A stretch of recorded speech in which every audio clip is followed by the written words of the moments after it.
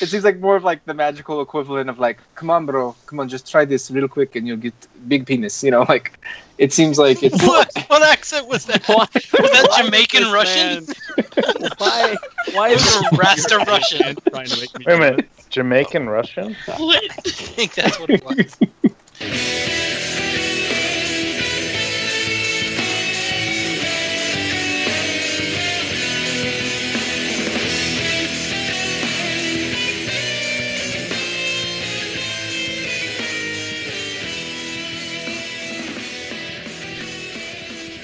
And welcome to the Great Harry Potter Reread from the Vassals of Kingsgrave. Today we're going to be reading the first half of Harry Potter and the Chamber of Secrets by J.K. Rowling, which was released in like 1999 or something. My name is Michal. I go by inkasrain on the podcast device and via forums, and I am joined by Greg. Hello, claudiusthefool on the forums. Casey. I am Casey. I go by Blue-Eyed Queen on the forums. Matt. Varley on the forums. Zach. Alias in the forums. Adam is next. Yeah, I'm here too. And Jock. Mundo Jock here on the forums. And don't forget Paul. I was about to say Paul. I was about to say in a sarcastic voice, and Paul is here too. Hey, substitute Paul, SerDinnerRoll on the forums. The lesser Paul. Smaller. Somebody small else. Ball. Yeah, I'm also here too. Paul Small. Yep. Wait, who is that other? Oh God, and Xander. and Zander. I apologize, you weren't on the list that I was looking at. Oh, and Zander, yes. Lord Baron on the forums. So, who is new? Zander and Jock are new, right? To the Harry Potter, yeah. Yeah, to the Harry Potter reread. Okay, cool. So, Jock, do you want to tell us how you got into Harry Potter? I'm Scottish.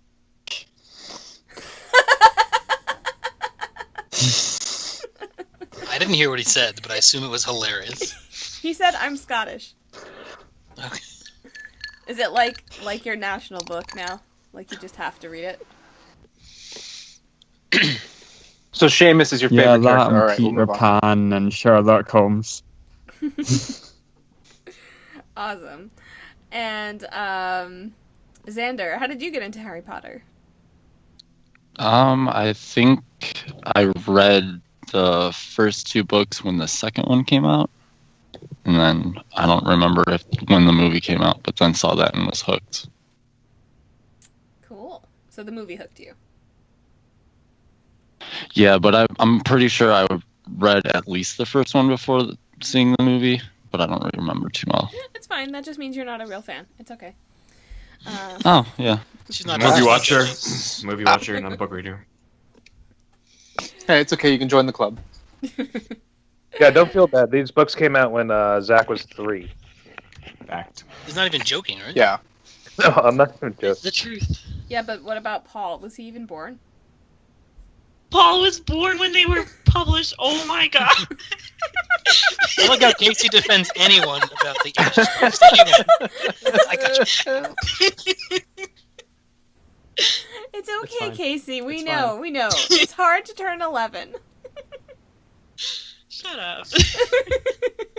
That's when you find out you're a wizard. Okay, so we're gonna get started with chapter 1, which is the worst birthday, and I am the one who is doing the recap for that chapter. Harry Potter has been having a miserable summer at Privet Drive. The Dursleys have shut Hedwig in her cage and locked all of Harry's Hogwarts material in the cupboard under the stairs. He can't reach Ron and Hermione and hasn't received any letters from his erstwhile friends either. In response, Harry has finally honed the arts of snark and pretending to do magic to scare the Dursleys. His aunt and uncle don't know that underage wizards are not allowed to do magic outside of Hogwarts. The parade of shit hits a nadir on Harry's 12th birthday. The Dursleys are planning a dinner for Vernon's potential business deal, during which they will all act like sycophantic morons and then make a lot of money, and Harry will be in his room making no noise and pretending he doesn't exist.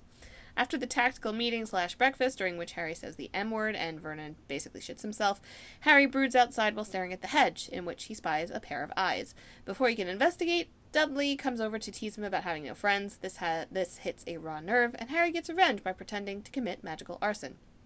As punishment, Aunt Petunia makes Harry her house elf, even though she doesn't know what that is, and Harry is struck by the irony of being the most famous kid in the wizarding world and also being a slave to muggles. Note that fame will become an important theme in this book shortly. After a short and unsatisfying dinner, Harry goes upstairs to start making no noise and pretending he doesn't exist, but someone is waiting on his bed.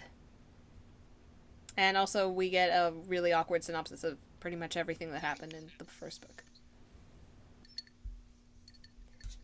Yeah, for anyone that skipped right to book 2. Yeah. Right. But doesn't that happen until, like, the 5th book? I think so, yeah. Except this boy was a wizard. Yeah, the early chapters are all kind of like that in the first, I don't know, at least 3 or 4. Yeah, I was surprised. Like, not a lot happens in this book, really. Don't spoil it for me. I'm sorry, not a lot happens in this chapter. It's kind of just like, so here's Harry, the Dursleys are the worst, and go. Well, I assume every first chapter is going to be some expansion on that theme. Yeah. Prove me wrong. Well, I mean, Yeah, I think by book 4, she starts doing, like, more interesting things with the first chapters, but the first chapter of book 6 is really awesome. Can't wait. I'll get there sometime in 2019. Yeah. Look forward to that too. So, any thoughts on the first chapter other than we already know about Hogwarts and magic? I remember... Or, do you want to go? I was just going to say, Harry's like a big body shamer, like when describing the Dursleys. And yeah, kind of he's not anyone nice to else. fatties. Yeah. Or horse-faced women. It's third person. It's not Harry's fault. No, it's quite mean. Yeah. He calls his like uncle a hippo, notices how fat Dudley is and how horse-faced and skinny his Aunt Petunia is. It's probably because he's hungry. He just resents them for getting enough food, and he doesn't have enough. Harry is No, quite because he does it. snarky. He does it all the time. I'm not trying to defend him. After living with a family who are just bad people to him, you know what? I'd be all right with his inner monologue not really giving them good monikers. I mean, he found out he's a wizard and rich. He's fine. He's set. Farewell, resentment. Never mind. Yeah, I know, but even he calls Mrs. Weasley later on a saber-toothed tiger. What the fuck is that about? That sounds like a compliment. Look, he grew up in this horrible environment. At least he's gotten out from the cupboard. But yeah, like he's probably had to cope for the last 11 years now at this point, by just being like, these are garbage people, and one day I'll be out of this. His inner monologue is like the only justice he gets because he has no friends or anyone to talk with it about. I don't know. Like I would understand him being a much nastier person than this. No. Yeah, I also think it's like part of,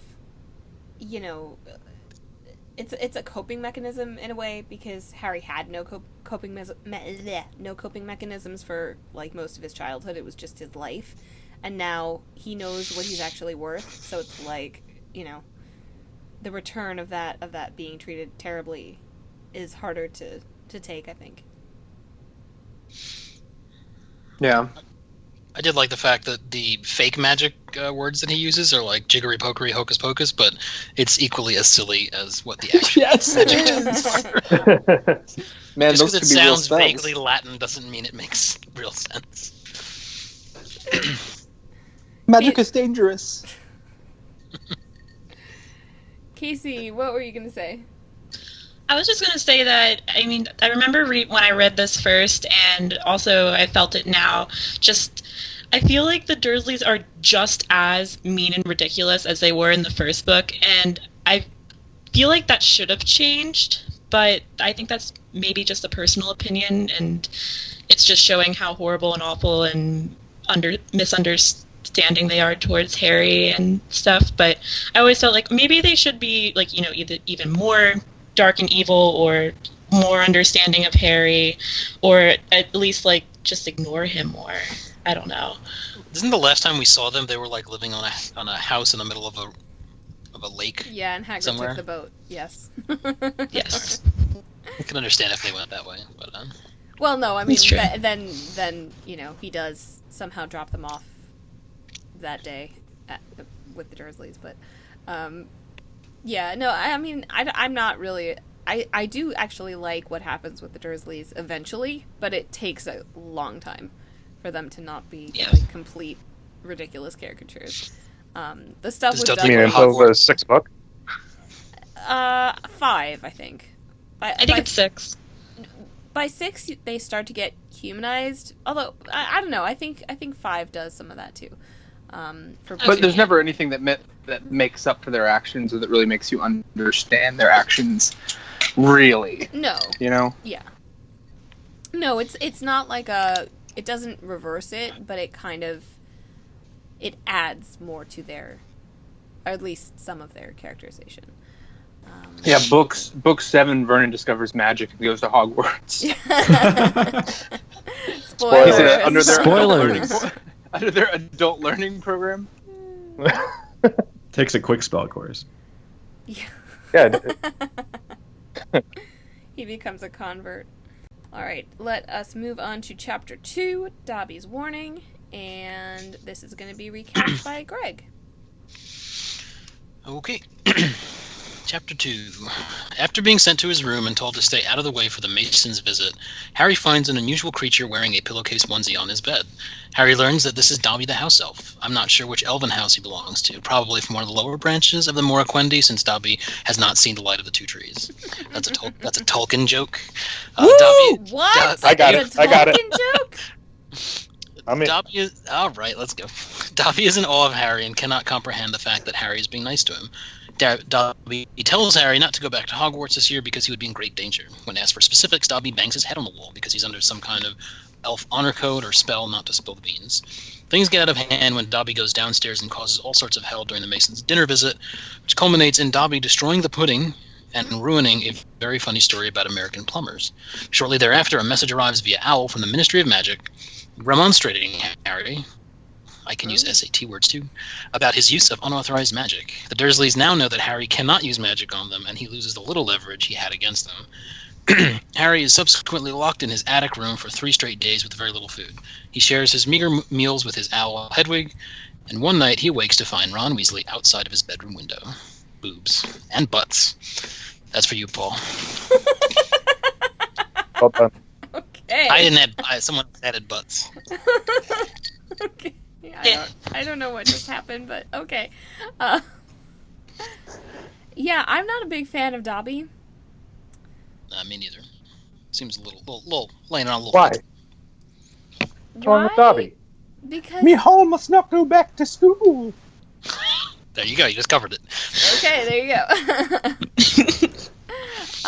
No, I feel like he does feel like something out of like a children's book, and it's one of the elements that strikes me as more childish, personally. Also, just coming from the fact that like, the only elves that I know are like actual Tolkien elves, and they're these regal ancient beings. They're not wearing pillowcases. Yeah, and, not the same thing. They do speak in riddles. This is like their it's, descendants that like wed something really weird 1,000 years ago.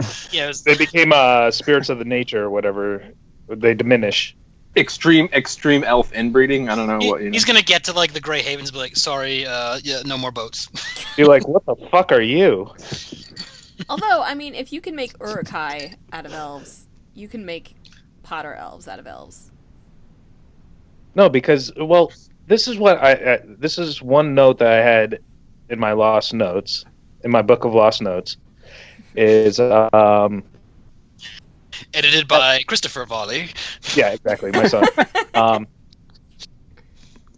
Tolkien joke. What happened in the past that these like beings that have more inert magic, they don't need wands to express their magic. Like, what happened that they're subjugated in such a way, and then like be like, okay, not only are you subjugated, but if you make fun of me, you have to like put your ear in the oven. I kind of think they like were it's like the servitude is ingrained. Well, I figure that'll be explained, like the reasons why he can't say it or is bound to like speak in riddles. Also, and in the spirit of VOK, how do they reproduce? You never see any elk couples. What is the life expectancy of? Just gotta click their fingers, and there's another one of them breeding like rabbits. And that's why the sorcerers and stuff had to get them under control. I am unsure. Yeah, I didn't know rabbits could snap. I mean, do you imagine that it's something where they were just kind of very, like, they were sheltered and kind of nice, you know, like maybe childish, like, people, and then they encountered wizards, and wizards were like, aha, slave labor, you know? I don't know. What's the point of slave labor if you can just make anything happen anyway? Just with magic. Well, it seems like you can, but you can't. Yeah, but you gotta flick your wand. It's a lot of effort. And some people aren't good at certain things. Dishwashing spell. Like some people aren't good at making food or whatever, I guess. And there are poor magical people somehow. Explain that. I don't know. Oh, I'll get to that in that chapter too. But yeah.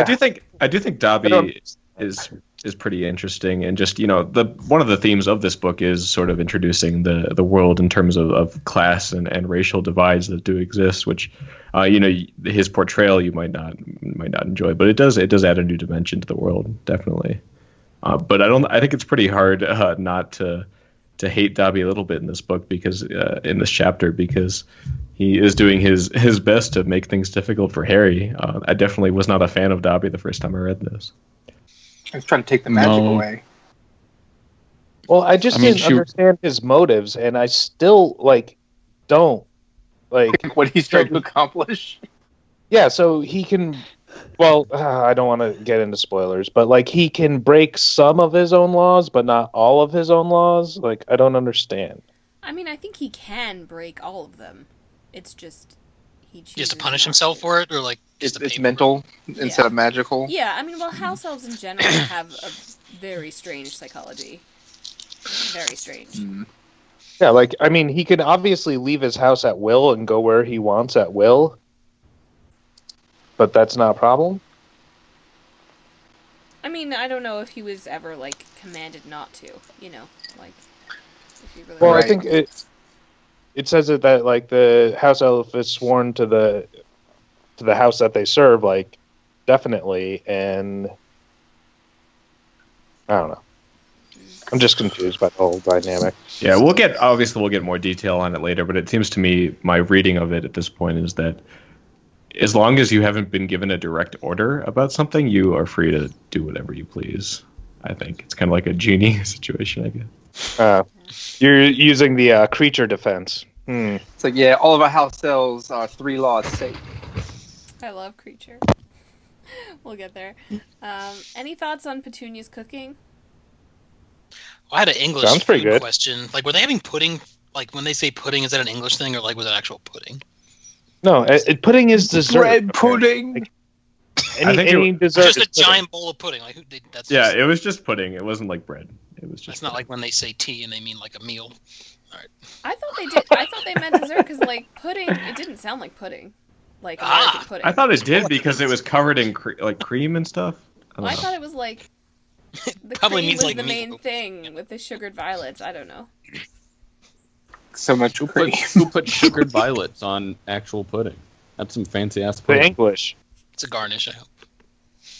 Oh, I don't know. I don't know. I'm looking at pictures of English pudding, and it looks pretty boss. Some of it. So treacle tart.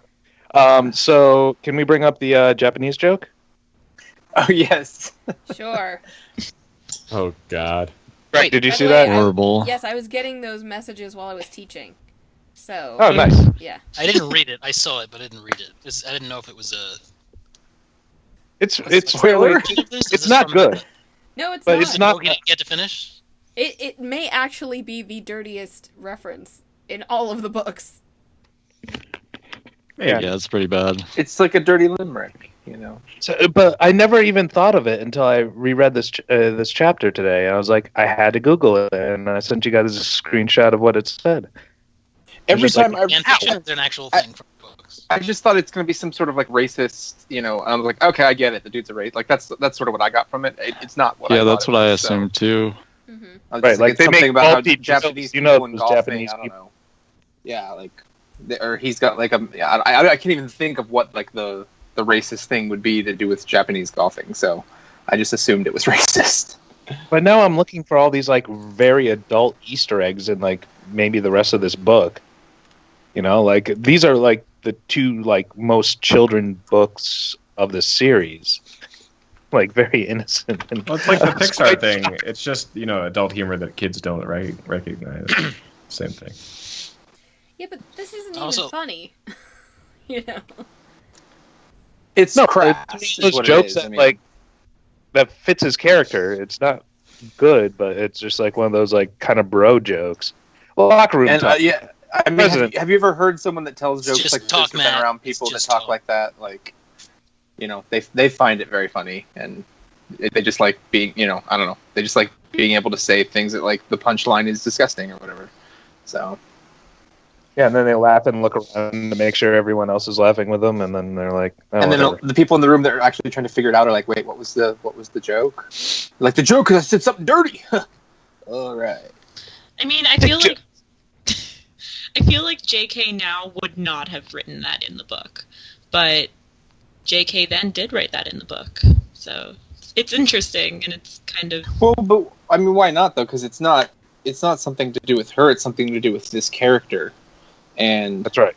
I mean, it gives us. I mean, this already is such a despicable character. She's not writing it out for anyone to see, but looking it up kind of goes, okay, yeah, it just confirms even more. Like, yeah, this guy's not a good guy.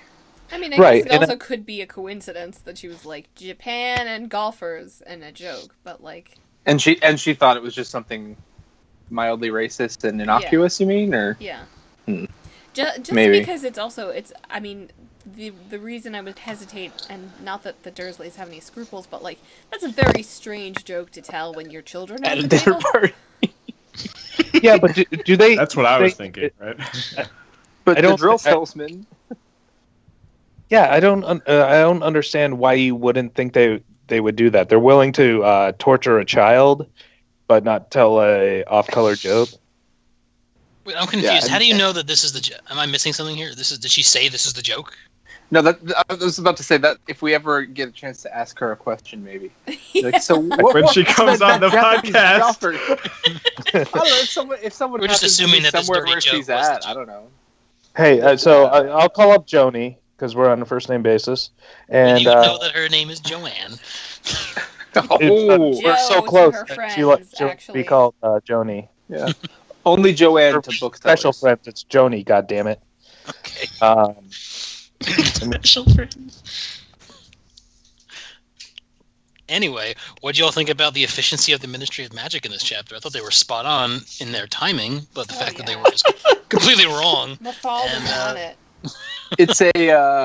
It's a pattern that you'll see. Yeah. So It seems pretty so there- stupid that they just assumed that it was Harry. Like, Because they're like Yeah.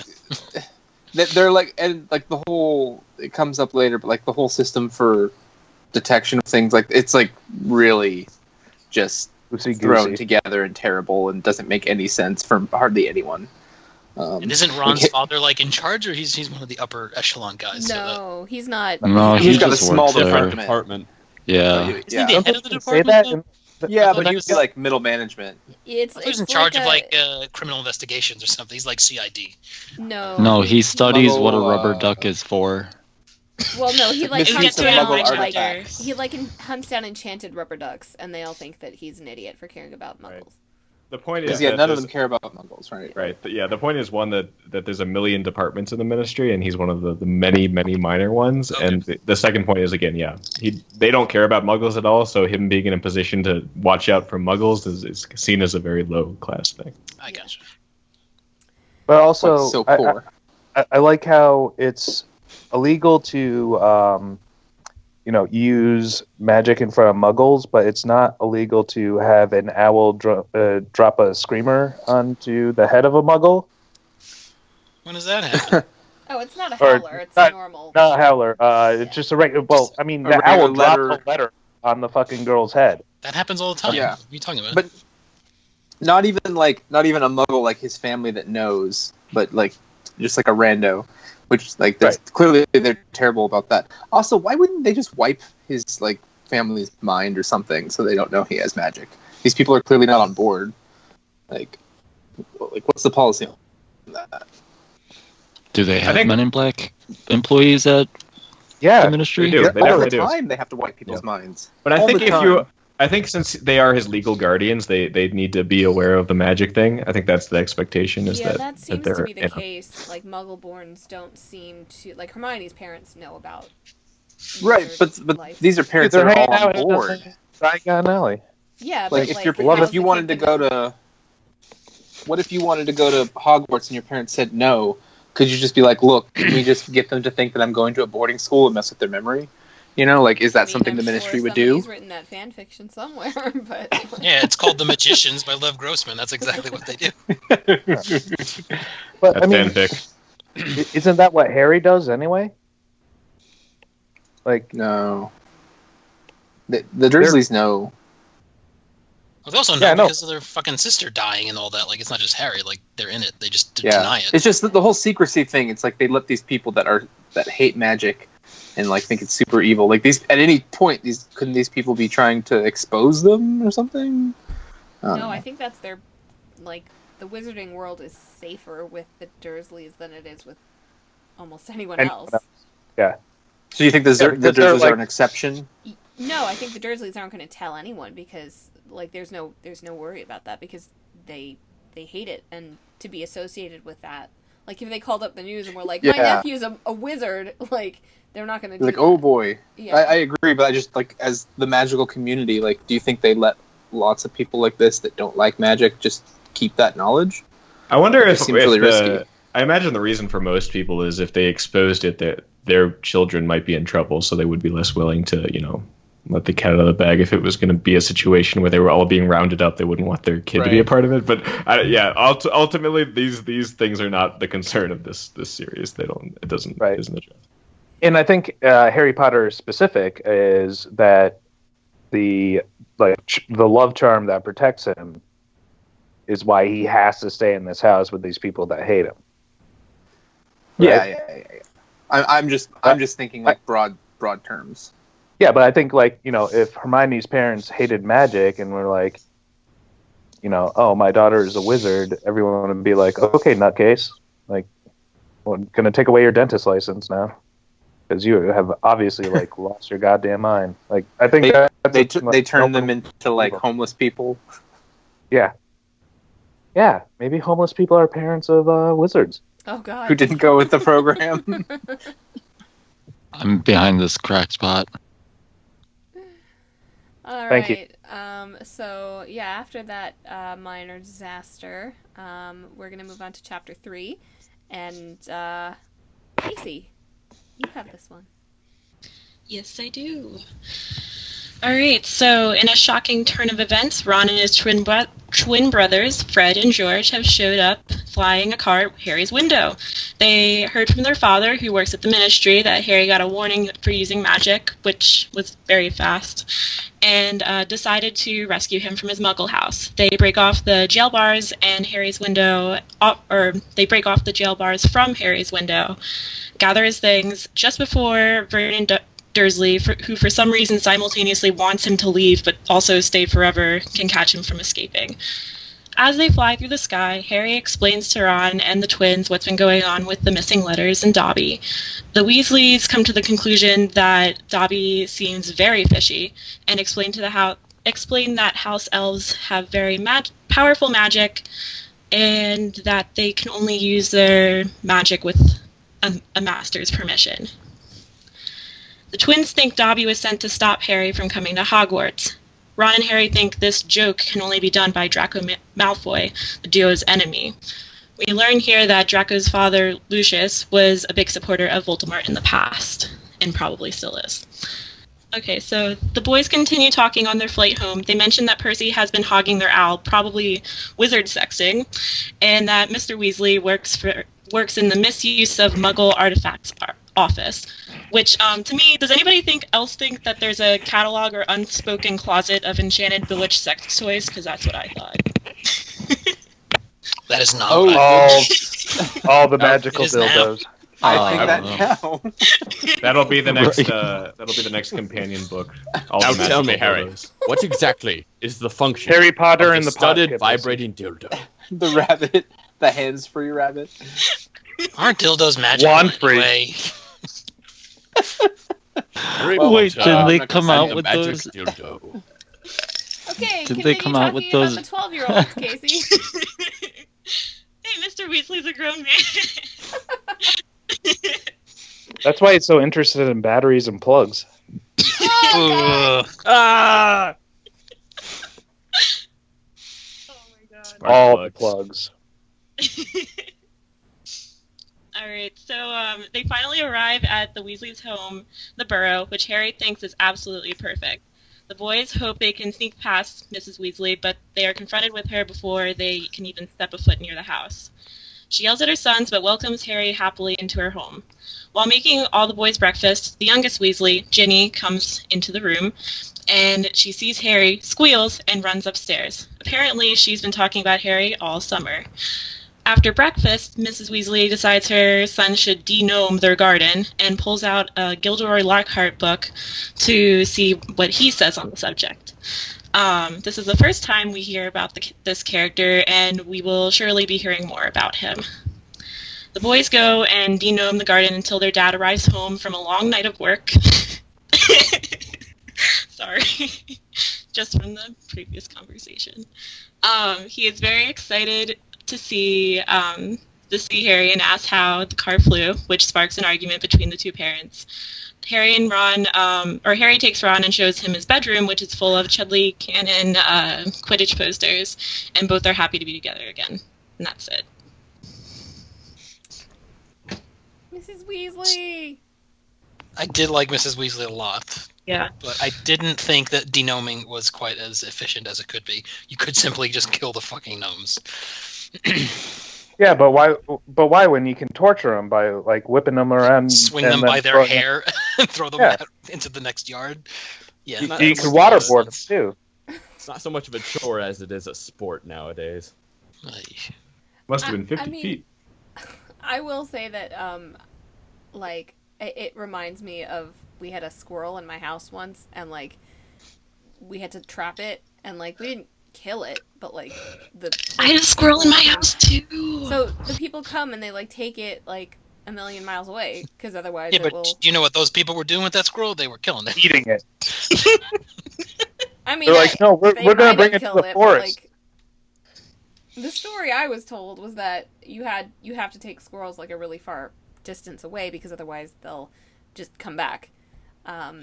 So it seemed to me like that. But I mean, I like this book. We get a lot of information about, or we start to get more information about like creatures, and there is a lot of kind of weird, somewhat uncomfortable, but also interesting, like, I don't know, zoology, you know, and kind of like stages of humanity, or, you know, that people have. Schrodinger's. I'm sorry, I'm laughing at the text. Oh, yes. Right. You know what I mean? So we have Dobby, who's not like 1,000,000% human, but and isn't treated that way, but he has, you know, a brain and can speak and, you know, communicate with humans, but is still treated very poorly. But then we have like the garden gnomes who just do whatever they want, but look sort of human. But what are they doing that's bad? They're just making their homes in the garden, or are they like actually causing trouble? No, they even eat worms and shit like that. They're a little potato gnome apologist. So. Aren't they pests or something? Yeah. You call them pests. They're just living. I assume that they kick over plants and stuff. I don't know. They're bad. Yeah, maybe they kick over plants. Yeah. They kick dirt around. They mess stuff up. Maybe they attack. It's got to be the Muggles' fault if all the Muggles have actual gnomes in their garden and they're like, "Oh, we belong here." So they're only going with what they see. So. So isn't this the same defense that Jar Jar tries to use? He's like, I can speak, and the Jedi are like, yeah, the ability to speak doesn't mean shit. Ah, the Jar Jar defense. I mean, Yeah, Is that a thing? I really don't know what to it's say a thing. to that. It's made it up. In Did you Jar Jar say- versus Qui-Gon, case number 599. This was clearly established in the canon. That's a precedent in law school. You always have to read that one. Yeah, I they do say that Arthur Weasley is soft on them, so I assume maybe other people murder the gnomes or kill the gnomes, but he doesn't. So. Yeah, I They think, still swing them around and throw them. and then they They're like all like SEAL Team 7 like go back to their holes. Yeah, they just Like drew I back don't in. understand. So SEAL Team 6 was done. So they've completed their missions. SEAL Team 7. The magical SEAL team. SEAL Team 7 is made up of guardians. I didn't know. Wouldn't it be They like got SEAL Osama, Team that 6 was it, and they're 3 done. quarters I or have to something? tell everyone on this call now. I'm sorry. Seal 6 and 3/4. Team 6. There you go. SEAL Team 7. It's gnome time. They can't all be winners. That the magical SEAL team is actually seals.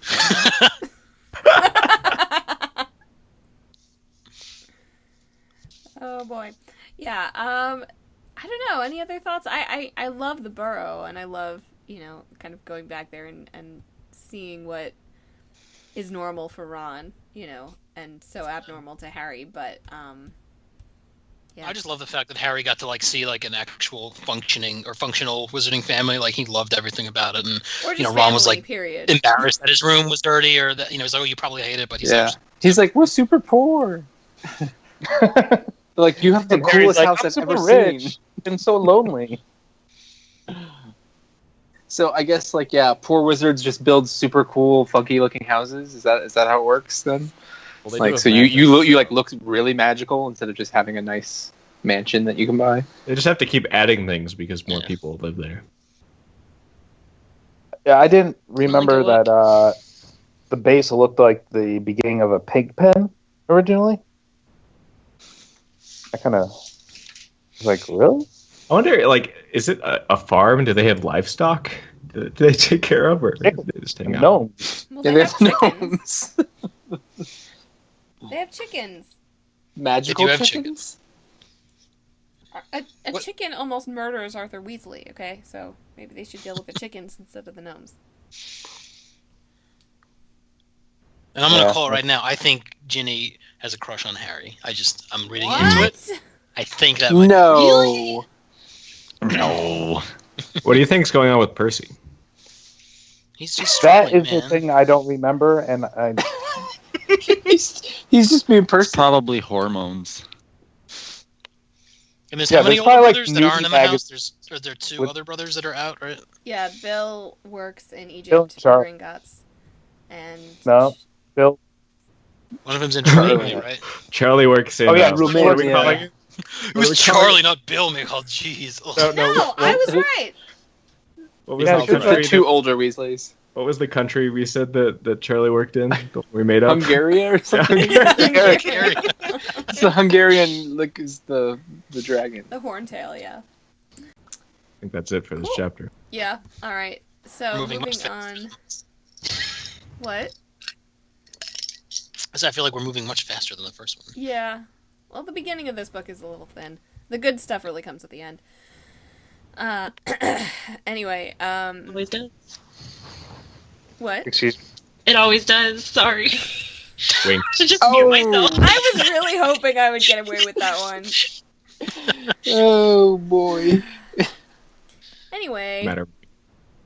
Matt, chapter 4. Take us away. So Harry loves the fucking Burrow. All the new magical elements of it. He sees a weird clock that they have that seems to get a lot darker in later novels. They get their letters from Hogwarts. Even Harry does, because Dumbledore sent it, because obviously he knows he's stalking him. It's nice to see that Lockhart stacked his fucking class with all of his books. They don't know that yet, though. They don't know that he's the teacher. Yeah, I know, Which but makes I it used to funner. have professors that did that at UMass that Yeah. was awful. It's like, One class and and the the book will 7 be books. studying mine. Buy it.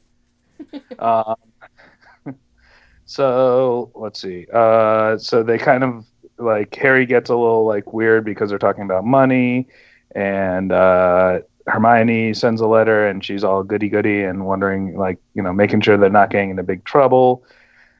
The kids play Quidditch in a small orchard. Is that what it is? A paddock. A paddock. We learned about paddocks on the Mad Max cast, remember? Yeah, I know, but now this one's lined with trees. I don't understand what was growing in the paddock. You keep horses in paddocks. There were tyrannosaurs in the paddock. No, the raptor paddock. Right? No, it was the tyrannosaur paddock. Oh, No, it was yeah. the raptor paddock. You're correct. I'm sorry. Normally you keep horses. They keep brooms. Yeah. Yeah, so everyone likes Harry's awesome broom, and apparently Ron's broom can be outpaced by butterflies. They talk about Bill and Charlie that have already left Hogwarts and what they're doing, and how Percy's still being a weirdo. Let's see. So Harry gets to use the Flu Network for the first time and ends up in Borgin and Burke's, which is a dark magic store, which is actually the prequel for everything bad that will happen in Half-Blood Prince, because we get the Vanishing Cabinet, we get the Hand of Destiny, and we get Hand of Glory. Sorry. Someone had to do it. Am I the only one that mutes other people during a recap? We get the Cursed Necklace. So all those will come back. Greg, stay tuned. Wait, you can mute other people? I didn't know that. No, I Yeah, I just don't know how mute you do that. myself during people's recaps so I don't interrupt them. Because he's polite. God damn it. We're living in a society. There's a social contract in this podcast. Sorry, I wouldn't respond, but I was muted. I'm sorry. I was trying to be polite. All right. Anyway, So he ends up in the store, and lo and behold, the Malfoys are coming in. So he hides in the Vanishing Cabinet that doesn't work. The Malfoys are able to shit on the Weasleys, Harry, and Hermione, all while talking to the storekeep here. The storekeep is like, "Oh yeah, you're great," and when the Malfoys leaves, he's like, "Go fuck yourselves." So Harry slips out, gets found by Hagrid, and Hagrid's like, "What are you doing down that seedy way?" And Harry's like, "What are you doing in this seedy way?" And he's like, "Oh, looking for flesh-eating slug worms, or flesh-eating something, slug repellent." And it's like, "Awesome, you're going to be spraying that on the school cabbages, which we'll be eating later." Then they go to Gringotts, and I'm surprised that Harry's obviously very wealthy, and the Weasleys actually have a vault for apparently their small pile full of coins. So they go into the bookstore, and Gilderoy Lockhart is doing a signing there. He spots Harry, and with his kind of circus performer kind of being able to self-promote so well, he's like, "Oh, Harry, little did you know that you'll be taught by me and you'll get all my books, and so will your friends." And they meet Malfoy, and Malfoy's like, "Of course you fucking got free books and you're so special and fuck you." And then his father's like, "Don't worry about it." And then Mr. Weasley gets in a fight with Mr. Malfoy, and then Hagrid breaks it up, and then they leave. The end. They do not know how to manage book signings at Florida. Inks or whatever it is. Do you not have many dad fights? I We knew don't this have would many, happen. fist fights at our book signings. Gilderoy Lockhart wasn't self-published. No, he wasn't.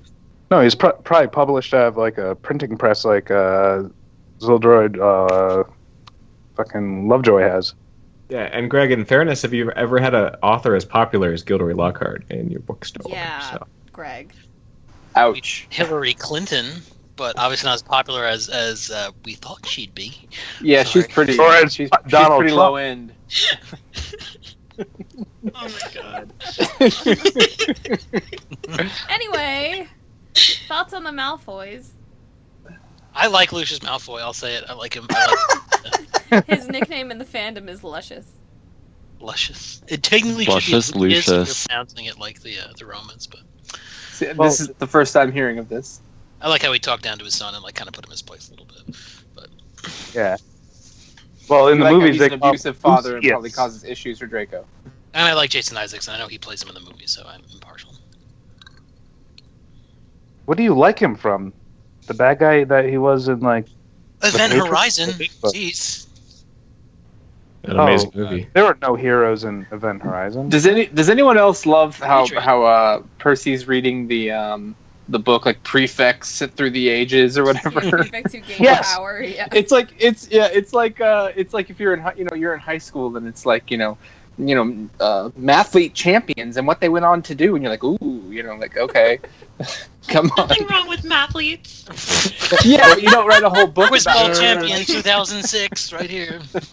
Not that being a prefect isn't good or anything, but just that there's a lot of them, so I'm sure you could find a lot of good people. Like it's not necessarily an indicator, but for a kid like him, it's like, yeah, man, I'm gonna be Minister of Magic, yo.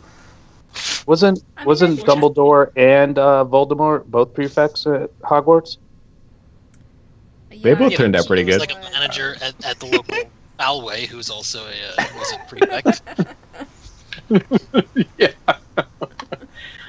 The driver Also, of the night Adam, bus. I like how all of your characters are from the hood. They all end with yo. What you talking about, yo? Okay. Well, this leads to Hey, my I'm next from question: is I'm are there from any California. books with non-alliterative titles in this world? A couple. Chamber of Secrets is alliterative? Well, I mean, like the books in the world. No, the books in the The world. standard book of spells, grade 2. History of Magic by Bathilda All right, Backshot. all of Lockhart's books like Hogwarts Magical and Me and history. Himalayan By Harry and all that somebody. stuff. Oh yeah. Yeah, Yeah, but that's just His Lockhart. books is with dire wolves. I love that book, The Himalayan Harry, and the battle that he had with They're gonna be Himalayan Harry. That's what I went with. Also, Lockhart is the worst. Already. Yes. I think he's hilarious. I love him. He's so funny. Like, Oh my god, he's awful. No. Harry, So Harry, much. Harry. save me from a magical being, but I think he'd be fun to hang out with. Okay, sure.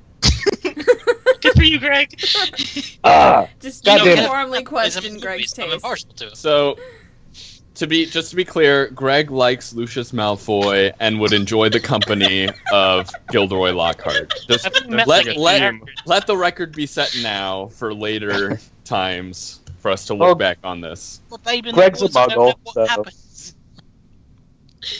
I'm a what? Muggle. Oh yeah, I'm proud of it. I earned my paper money. Anyway. By throwing signings that don't end in fights. Nobody that you- or that makes are money. thrown away. Any other thoughts on maybe Nocturne Alley or other stuff? It So was is that kind of- How does it exist? Is it Right. like a black market, like a physical Okay. black market? How does Slytherin House? Is that like the red light district where like it's the red light district, it's named the red light district, everyone knows what goes on there and like still doesn't it gets away with it? I guess Yes, there's... Or- that's probably where or you is it buy just- all the enchanted dildos. That's where you get them. Hagrid, what were you doing in the red light district? Nothing, Harry. Oh, well, I... flesh-eating slug repellent. We ran out of red light bulbs. He was literally there for red light.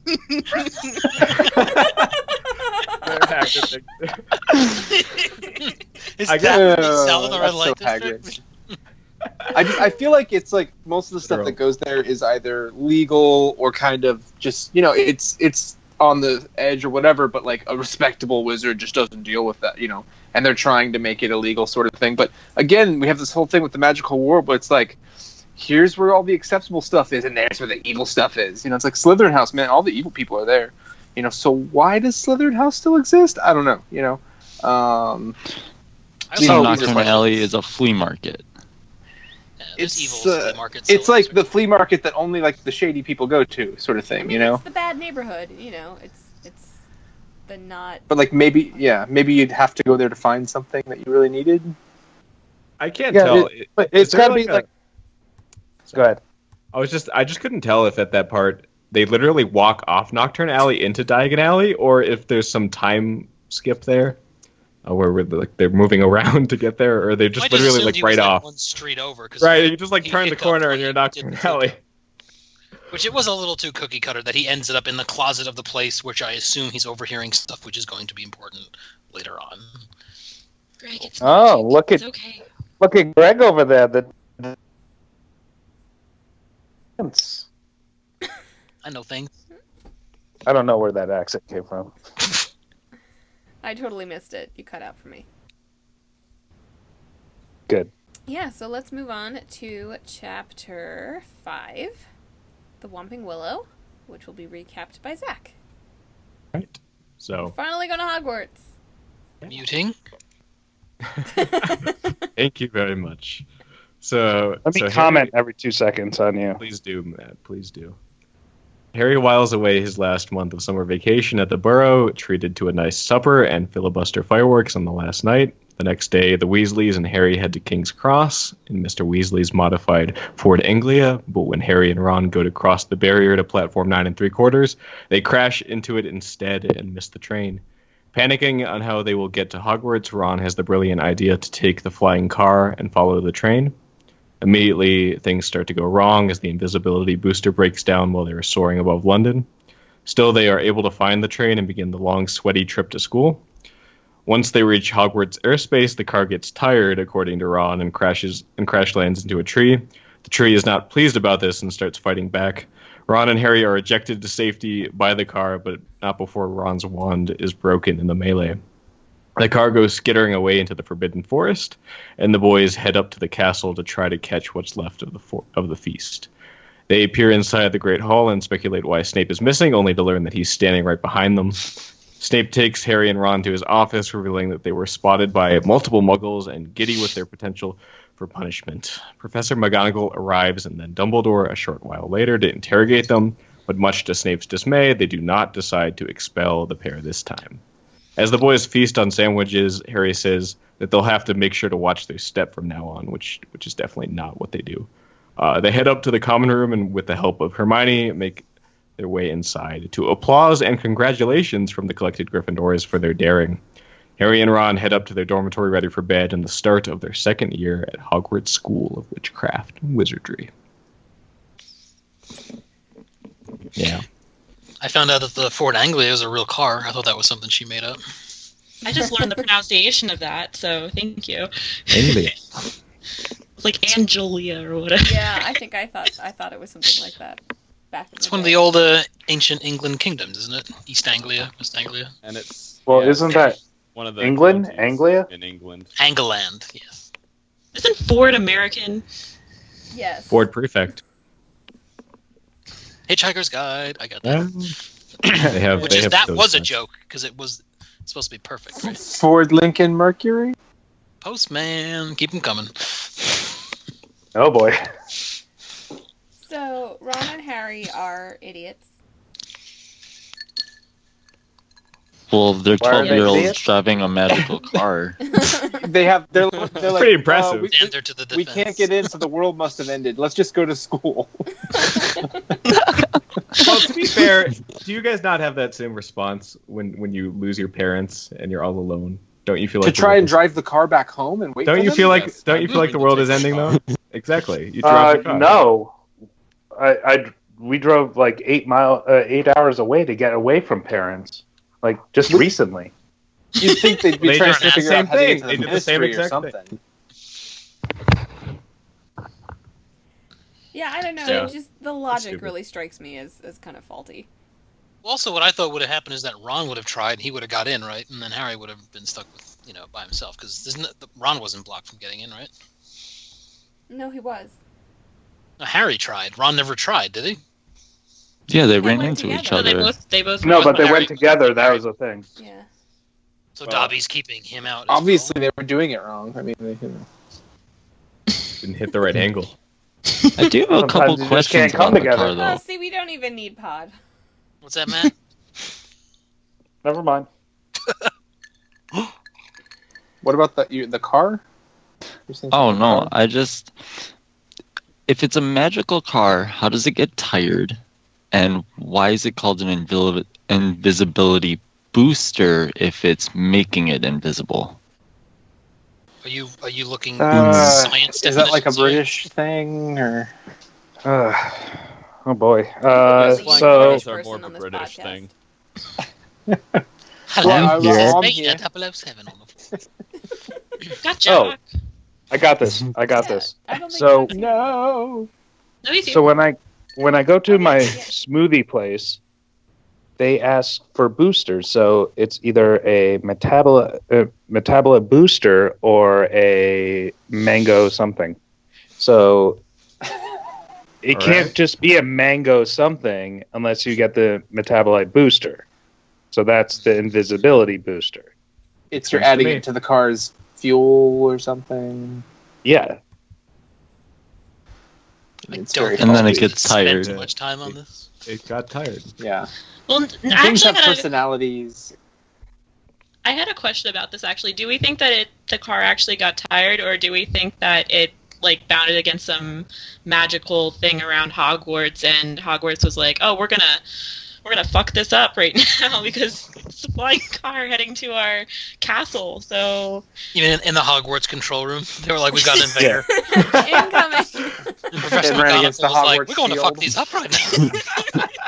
I don't know, Shoot yeah, it Hogwarts down. defenses are so like I don't know. At this point, especially, they don't seem to be too intense. I mean, I Like you- love the idea that the car would just be like, "Fuck this, I'm done." Well, Yeah. you know, they call it assholes. like Made me drive all the way from London to Scotland. Fuck you guys. I'm going into Yeah. the woods. So I'm not even supposed to be flying today. This is illegal. I'm out of here. I mean, maybe it Well, ran out of gas. do you think like Hmm. the enchanted things gain some kind of sentience? Because I mean, obviously that's kind of what the car did, but like, it seems like other things can react to people's emotions in this world as well that are enchanted or inanimate. Yeah. To a degree, I think, depending on how much magic has been put into them.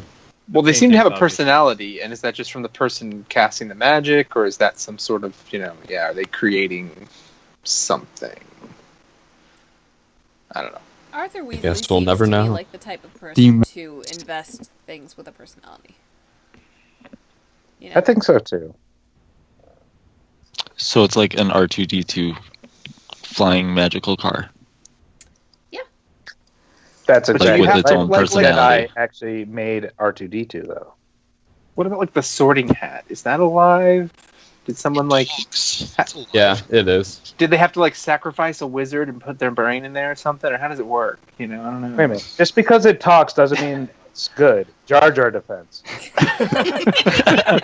I mean, we're gonna get a line from Arthur Weasley actually at the end of the book that kind of contradicts this a little bit, but we'll talk about that next time. They did the whole like, "Oh, he's right behind me, isn't he?" thing. Yep. Oh yeah. Snape. Wah wah.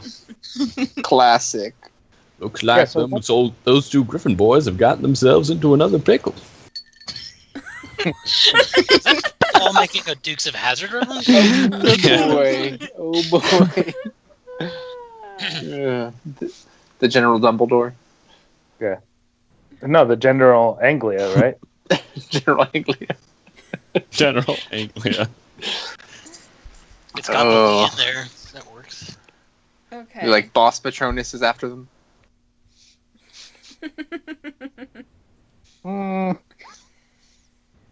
Yeah, it is kind of bad though. I mean, like, I do like the reality check. I mean, like, they totally get away with it, but also the idea that, like, no, tons of muggles saw them. It was an absolutely moronic thing to do. Even if For we me, lose house points. For me, the disconnect is that they get punished much worse for walking around at night in the last book. In this book, it's a much greater crime, and it's a much less severe punishment. Even the detention is not nearly the same. I guess if your feet aren't on the floor, then. Yeah, you would expect like they can't leave the castle for like half the year, and like they gotta go to the ministry for a hearing. And you'd expose magic to muggles. Here's sandwiches. But I guess it happens often enough. They just wipe people's brains, right?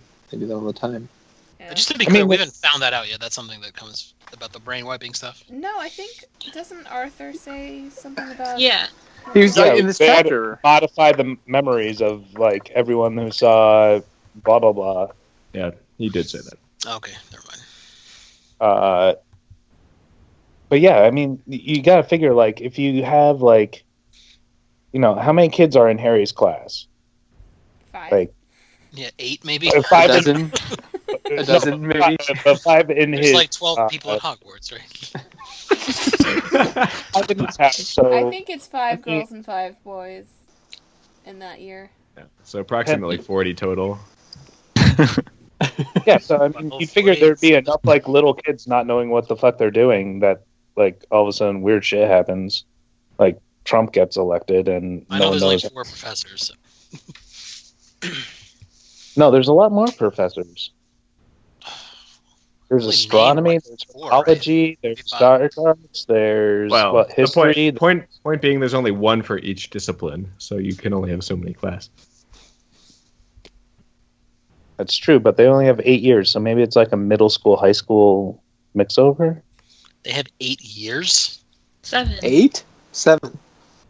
7. 7 years. All right. 7. There's 8 books. Ooh, does anyone get held back? 7 books. Yeah, someone does get held back. So Do the they? coaches I teach assume English? it's Neville. Oh, the Quidditch kid from Slytherin? Yeah.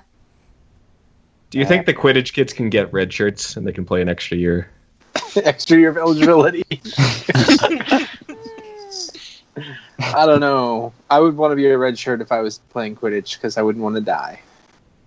Good point. Yeah, but you don't die playing Quidditch because, or else Harry would People die all the time. Anyway. I guess at Hogwarts they don't. Get the show back on the road, Michal, quick.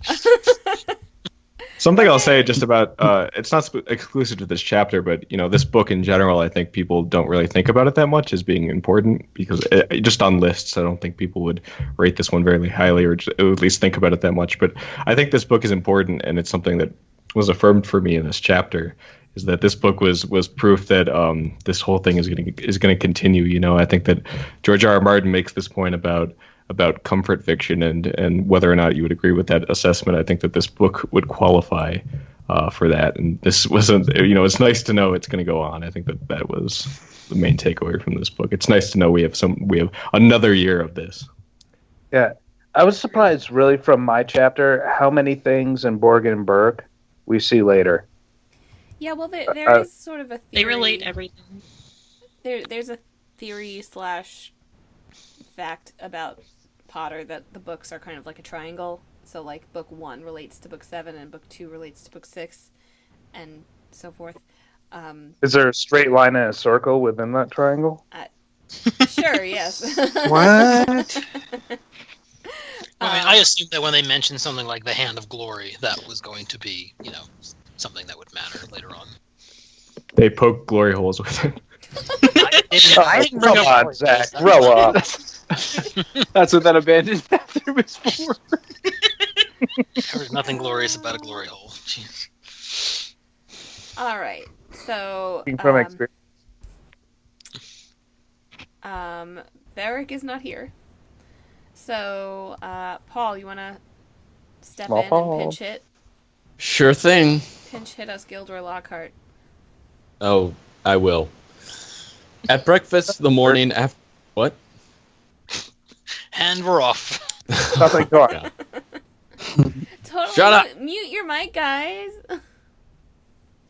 At breakfast the morning after the arrival by car, Hermione is acting sulky and annoyed with Ron and Harry, although most of their other friends are still clearly impressed. Soon a flock of owls arrive, bringing the day's letters and packages. Errol, the Weasley's aged owl, who should probably be in a home by now, falls into Hermione's milk jug, and when Ron digs him out and cleans him off, he notices that the envelope in his beak is red and beginning to smoke. It is a howler, and Ron opens it, and the voice of Mrs. Weasley explodes loudly and furiously into the Great Hall, yelling at Ron for ruining the car, getting Mr. Weasley in trouble, as well getting him some real problems at his job, and putting his own and Harry's lives in danger. From this point on, Hermione is friendly again, as she seems to feel that Ron and Harry have been punished enough. Together, the three friends walk to herbology class, where Gilderoy Lockhart, dressed in flamboyant turquoise robes, is cheerfully and smugly mansplaining to Professor Sprout on how to doctor the Whomping Willow. Lockhart pulls Harry aside and says, with great pain and understanding in his voice, that he blames himself for the car incident.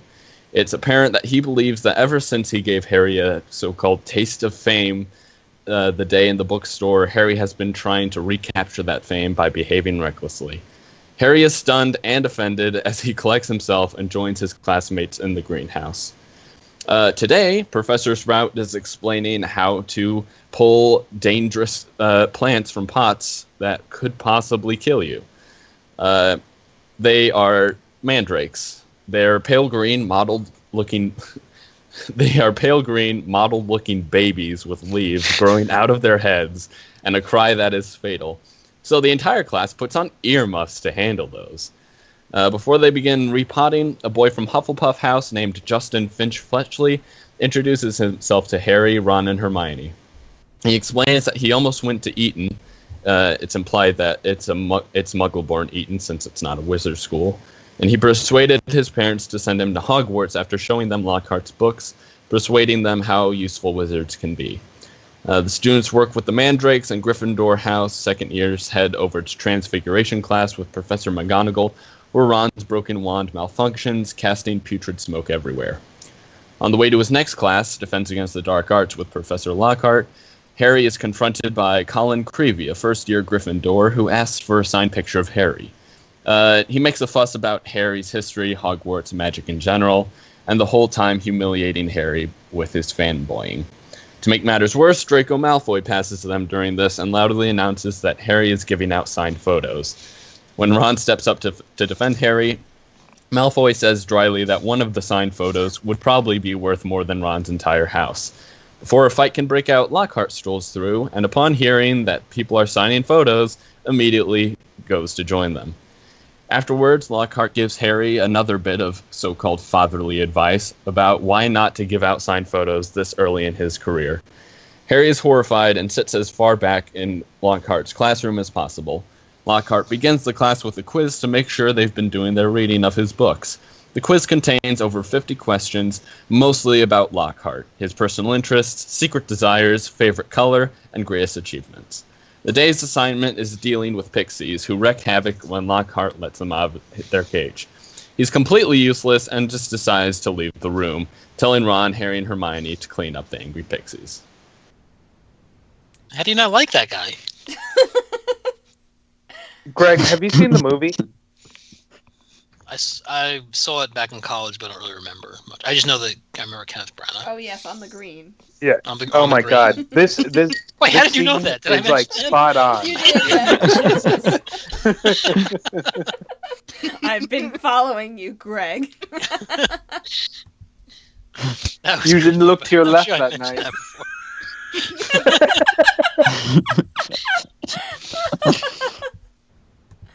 No, but I get such secondhand embarrassment for Harry.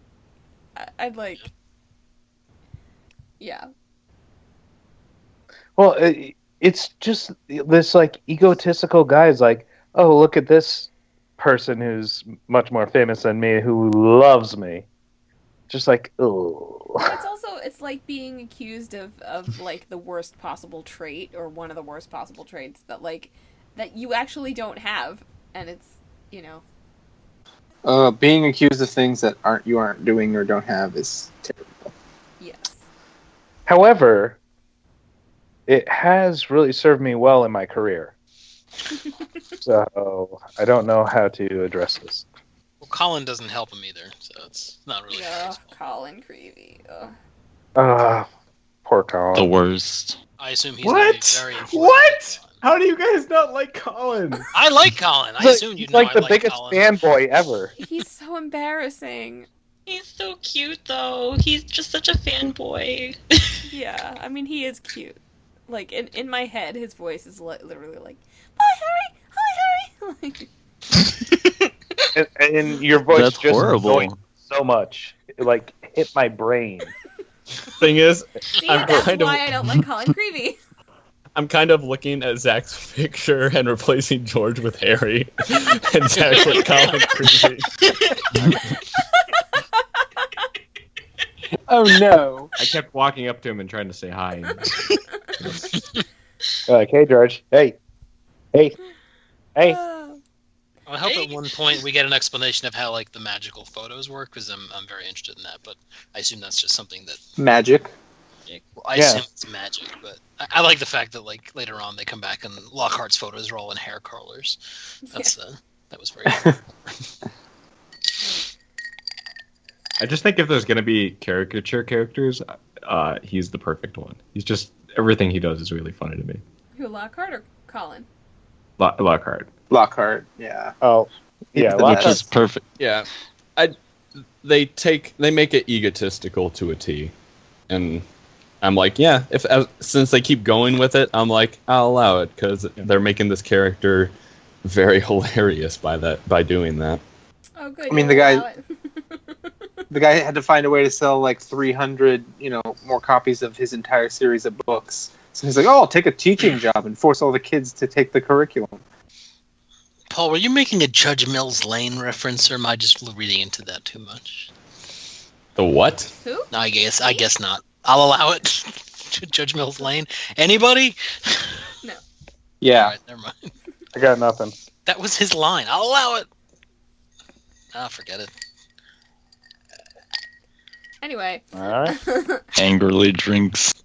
I'll No, be we vindicated just by a angrily comment on claim. YouTube. Don't worry. Celebrity deathmatch. Come on.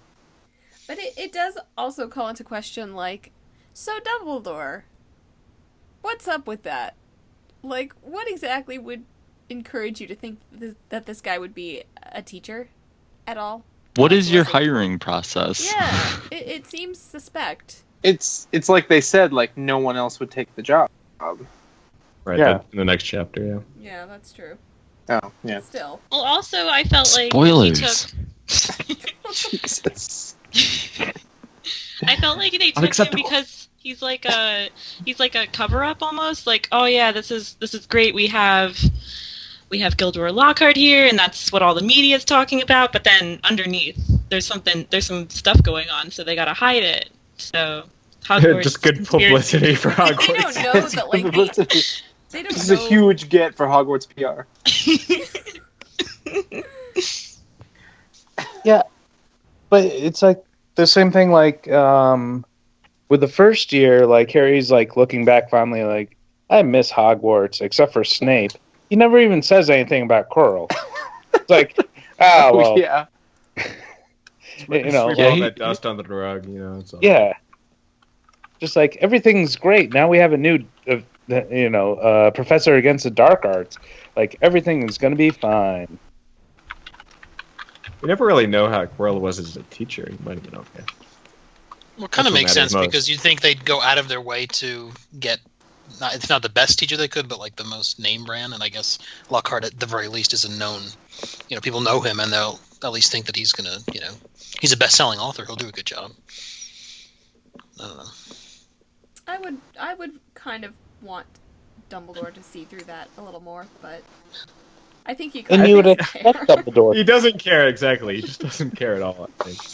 Also, I assume he's not going to be there too long because when we were doing the Harry Potter trivia for the store, one of the questions you guys gave me was name the 7 defenses against the dark arts teachers. So I assume it's not going to be a tenured position. We'll see. We'll see. Well, I mean, no yeah. comment. Trick question. Does anyone else not like the fact that Hermione is obsessed with Lockhart? Yeah, not a that could fan. just be me, Yeah. and she's allowed to have a crush. but She's young. No, but I think she sees the accomplishments that he's had and is attracted by them. Oh my god. The catch. Oh my god. Considering You know what it is? It's like like all of her learning about the magical world comes from the books, right? So she's like reading everything she can about this new world that she didn't know about, and she comes across these books and doesn't really have any basis for not thinking this guy's awesome based on his books. I don't know. All the witches seem to love him, right? Of a certain age. It's kind of like a stereotype, though. Like, yeah, it right? is. Harry's got Very all the stereotypical. witches. It's weird that Hermione, of all people, doesn't see through his incompetence. Yeah. Seems like Harry's some- got 99 problems, but which ain't one. Oh boy. Wow, we got No? through 3 episodes. That was so good that without we it was silence, but that was very good, man. I think it was a good joke. It just wasn't told at the right moment. All right. Cut that. anyway, Save it for later. For a better time. Let's move File on. it. Let's move on to chapter 7, unless anyone else has any thoughts. This is my favorite chapter, Mudbloods and Murmurs, and it's being recapped by our newbie, one of our newbies, Zander. Actually, Zander, no offense, but you're always going to be new to me. Oh, that's fine. I'm just going to be like, Xander's new. So welcome to the club. I'm pretty sure I'm still new. Yeah, you kind of are. I'm glad I'm not new. You're new. I'm just a child. Oh, shut up, Greg. Newborn. Good night. Good night. Okay, There you go. Mudbloods and Murmurs, go ahead. All right. So again, apologies if this is a little long, and if you interrupt me, at least I know you're interested. So, Okay. Harry spends an So guys, how about the understandable. weather? Oh man, I didn't mean like that. It's supposed to snow. Yeah, It's here actually too. snowing right now. all the snow. We've got snow here. We in actually talked Seattle. about that. Sorry, Xander. Hey. got You 2 feet in thought you were going to Colorado. get through a chapter, Zander. You did invite Yeah. it. I can't leave my house. Invited it. All right. Well, it's nice talking to you guys. And it's over. All right, go ahead. Anyway, so What were you saying, Harry's- Amber? Beaver. Oh, all right. Well And so wins the recap of Xander, first of his name. all right, seriously, Okay, though. I'm taking Xander under my protection now. Be quiet, I everybody. just realized, wasn't Zander like one of the big bad guys from G.I. Joe? Or am I completely misremembering? The guy with the eye shadow? No, And, that's you know- not. Yeah, that's not Xander. That's It was a Z name, wasn't it? It was like No, wasn't that Zartan. Xander with an Zartan. X? Oh, I love this No, game. it's Zartan. He's the Zartan! Oh, Yeah, sorry. he's got the All right, faces. continue, Zartan. That might be the Xander first with an time X G.I. is from Joe Buffy, Worst. so Worst Oh, tangent you just got a new ever. nickname. You're welcome. all right, go ahead. Everybody Sorry, I was else just- mute. I had muted All myself. right. I was just laughing. Okay. The whole time. So, anyway, Mudbloods and Murmurs. Harry spends an understandable amount of time dodging Professor Lockhart, but like any good stalker, Colin Creevy memorized Harry's schedule so he doesn't have as good of luck dodging the photomaniac. Hedwig is still upset with the car crash, and sorry, I can't read my own writing. Been there. Hedwig's still upset with Harry for the car crash, and Ron's wand is still broken. And we're yet again shown how dangerous magic and magical education is when it hits Professor Flitwick in the head and gives him a boil. Harry can't wait for the weekend to come so that he can visit Hagrid with his friends, but Oliver Wood is much too anxious to see Harry mount up and ride. And that's all you're getting from me. I'm sorry, Paul. It upsets Harry that it's so early, but Oliver is enthused about starting practice before the other houses. After donning his team gear, Harry obviously has seen Arrested Development and made sure to leave Ron a note. Like a good stalker, Colin is there showing Harry up photo of Lockhart pulling Harry into the picture. Unfortunate to Colin, Harry doesn't do autographs. After sidestepping Fanboy, he makes his way to Quidditch practice. J.K. Rowling reminds us how Harry Potter is special by telling us how he's the youngest player in a century. And then again reminds us that Quidditch as a sport doesn't make sense as Harry unhappily explains the rules to Colin Creevey. When Harry got to the non-segregated locker room, Oliver Wood is the only one fully dressed and wide awake. Wood's game strategies are so bad, Fred falls asleep snoring on his teammate's shoulder. The captain of Gryffindor went on for a full, boring hour of strategies. Harry feels guilty for missing the final match last year when Oliver Wood says they're the best team and should have won the Quidditch Cup. When their captain regained composure from still being a sore loser, his half-awake team followed him onto the pitch. Ron and Hermione are already there and can't believe their practice hasn't started yet, let alone be over. Harry and the Weasley twins have a warm-up race around the stadium until Fred heard Harry's faithful shadow taking photographs in the stand. Wood thinks Colin Creevey is a Slytherin spy after his amazing new moves, and then the actual Slytherin Quidditch team appears on the field. Wood is incredulous for this development since he had previously reserved the pitch for their own practice. Flint, the captain of the Slytherin team, then drops the bomb. They have to use the pitch to train their new seeker, and their new seeker, dun dun dun, Draco Malfoy. Flint also lets it be known that Malfoy is on the team because his father bought them all new sleek black Nimbus 2001s, also reminding us that this book takes place in 1992 and 93. Flint then throws shade at the Weasleys' ghetto outdated models.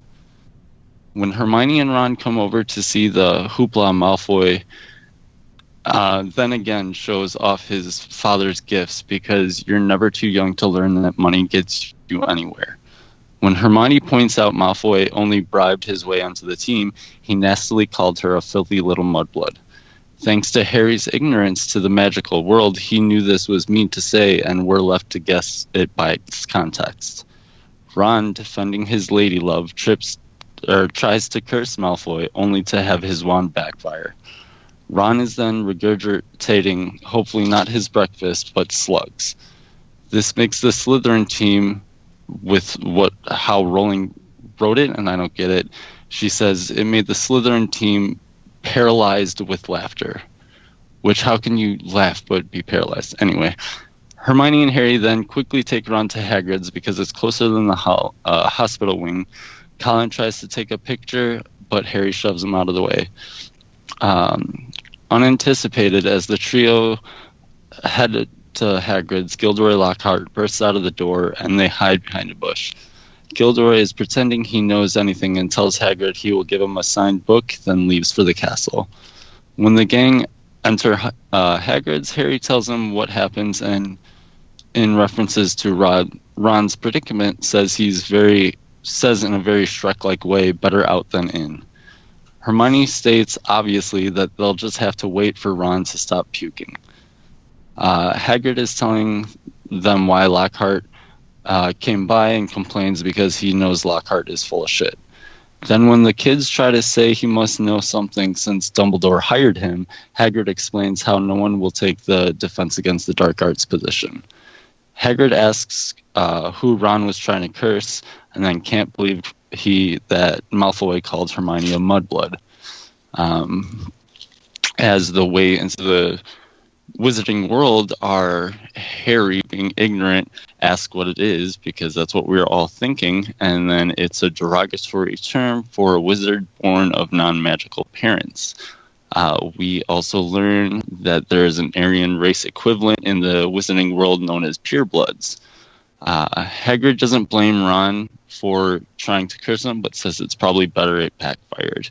He also turns to Harry and complains he didn't get a signed photograph, which Harry gets very defensive about until he realizes Hagrid is joking.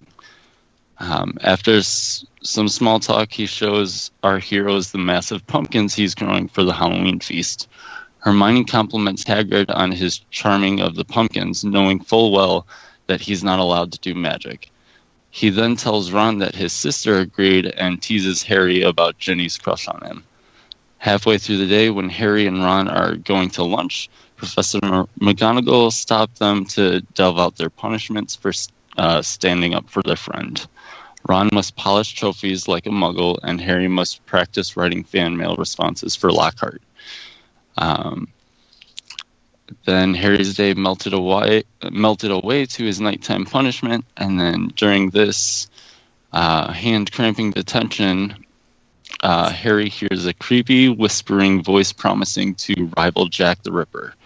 It startles Harry, who jumps up shouting, "What?" And Lockhart is so vain he thought Harry couldn't believe his book was 6 months a top seller. When Harry tells him he's hearing voices, Lockhart is flabbergasted at the time. The two famous wizards have been writing letters for 4 hours. Harry heads back to his dorm, gets into his bed, shortly followed by Ron in Ron's bed. Harry tells him what happened, but neither of them could figure out what the voice was that Lockhart couldn't hear, but Harry did. And that's it. Nicely done. Yay! Yay! So you said this is your favorite chapter, Michal? Yeah. Of this set, anyway.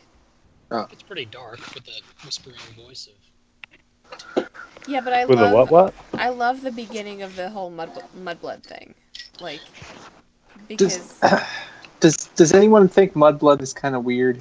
Like a weird word? I don't know. Yeah. Well, I mean, she made it up.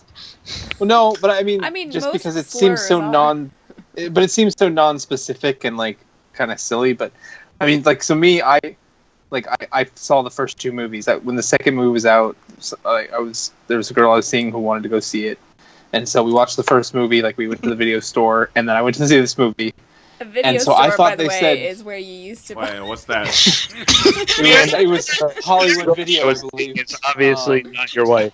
Yes, I recall researching that in my history studies. Yes. The historical archives. It was like, yeah, whatever. It was the year this came out, 2002, whatever that was. And anyway, so my point is that like I hadn't read the books at that point, and so I thought they said mugbloods because I'm like, oh, muggles, I'm like, that made so much sense to me. And 6 months later, when I'm like reading the book, I'm like, wait a second, mudblood. I was like, oh, it just felt really lame, and I've always kind of been disappointed. Yeah, I know, but yeah, it seems I mean, like it could have been more like world specific. Well, it sounds lame to say it aloud, but like it's one of those ones where looking at how it's written gives more of what it means than what it actually sounds like. I think it comes across really well as a slur. I think it really does come across. It's dirty. It's, Yeah, and I mean, they could say whatever you want, and in the world, as long as they're like, "Oh, this is," because like we're the the analog is like Hermione and Harry are like, "Why is that offensive?" And then like they have to explain, "No, this is like the worst thing you can say," and you go, "Oh, okay, you get it." But right, yeah. So it could be anything. It just I don't know. Yeah. It just felt weird to me. Do you think she was trying to like stay away from other like Creole, mestizo, like other anything real? That cultures have used in the past to like describe like a mixed, race. I guess. I mean, I guess there's a magical race and a human race in this. Well, I mean, that's not really like it's not somebody who's mixed. We do have half-bloods in. I've been told there's even a prince that's a half-blood. Yes. I've been told. That'll come there later. May, in fact, be a prince who is a half-blood. But, so I don't think it's necessarily that. I mean, although, like, half-bloods are looked down on in certain circles. But, like, I don't know if there's, like, I mean, it's almost, I guess, like being a commoner, in a society. And I'm going to use a Bina word, in an aristo society. But... like, cause I love it that she keeps saying that word. It's so funny to me. But we don't really. But it's worse than that. Does it feel like it goes away? I mean, so if you've got someone who's Muggle born and their parents they have no history, and then like, oh, that's a mudblood, and then like they marry wizard and their kids marry wizard, and like, does that kind of go away for most people? They just don't see it 1 or 2 generations removed. Like, I don't understand how Harry is a mudblood. He's not. He's not. He's not. But his mom was. He's a right? They never pureblood. call- Yeah, his mom was. Yeah. They never call him a mudblood, do they? I think they No. call They him just- a half-blood, right? Yeah. But he's a maybe. pureblood.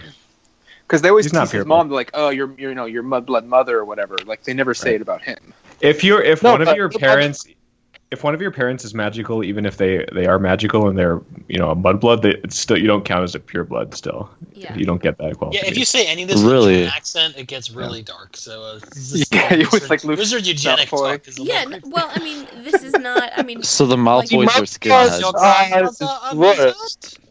there are real like racist, debates about this. Like, what extent, like one drop of being African would make you Yeah, African and whatever. Right. Like the terrible. Yeah. So But it the- seems like I mean, it seems like to Malfoy it means something a little bit different too. I think Like, the magical right? bloodlines are more like a class system issue rather than a racial one, because we have racial issues with like house elves and goblins, or even Hagrid, who's Yeah, half but- giant.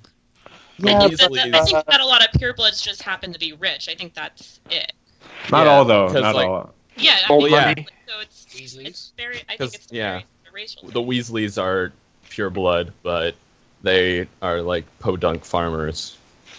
Well, and we meet a family later who is kind of the epitome of, former wealth and current squalor. But their bloodline's totally pure, so Right. But isn't what's his name? Zarbini? Zabini. That's got to be made up. His full name is Blaze. Zaro Zoindex. No, but isn't he supposed to be I know black they're all made up. in Yeah, but and very high regard, one of the richest families? well, my Well, it's- personal headcanon is that like human race isn't a thing for wizards. Like, they don't care, and I feel like they would see they would see muggles making a big deal about race and be like, oh, that's so stupid, why would you do that? It just matters who your parents are, it just Yeah, how much Right. magic you don't have any have. Like, muggles, come yeah. on. So yeah, I mean, we don't get any indication that human racism is an issue in the magical world, but So they don't care about the ethnic background, but the The descent. discrimination. Yeah, I Right. mean, other than people from other countries that they have kind of those rivalries of Hogwarts is the best sort of yeah, that sort of thing. That there doesn't seem to be any sort of super animosity over just geographical race like yeah. that. They're nationalist, but they're not racist in a way. But are they Nothing bad ever came nationalists? of extreme nationalism. Because there's Hogwarts. There's 2 other schools that we know of, and now 3 after Fantastic Beasts. But doesn't there's- Draco say he would have gone to another school, but his mother would have missed him too much? Well, I mean, Yeah, Yeah, pig I don't farms. think they're insanely nationalistic, but they're competitive. it's their hobby. It's their Yeah, nationalism is their I'm, hobby. I'm mostly going from the Quidditch World Cup and that kind of Right. thing. It's not. Yeah. It's not any more extreme than how it works in our Right, yeah. world. Yeah, Hogwarts takes English, Welsh, Irish, and Scottish. So they're very multinational. United Kingdom, you could say.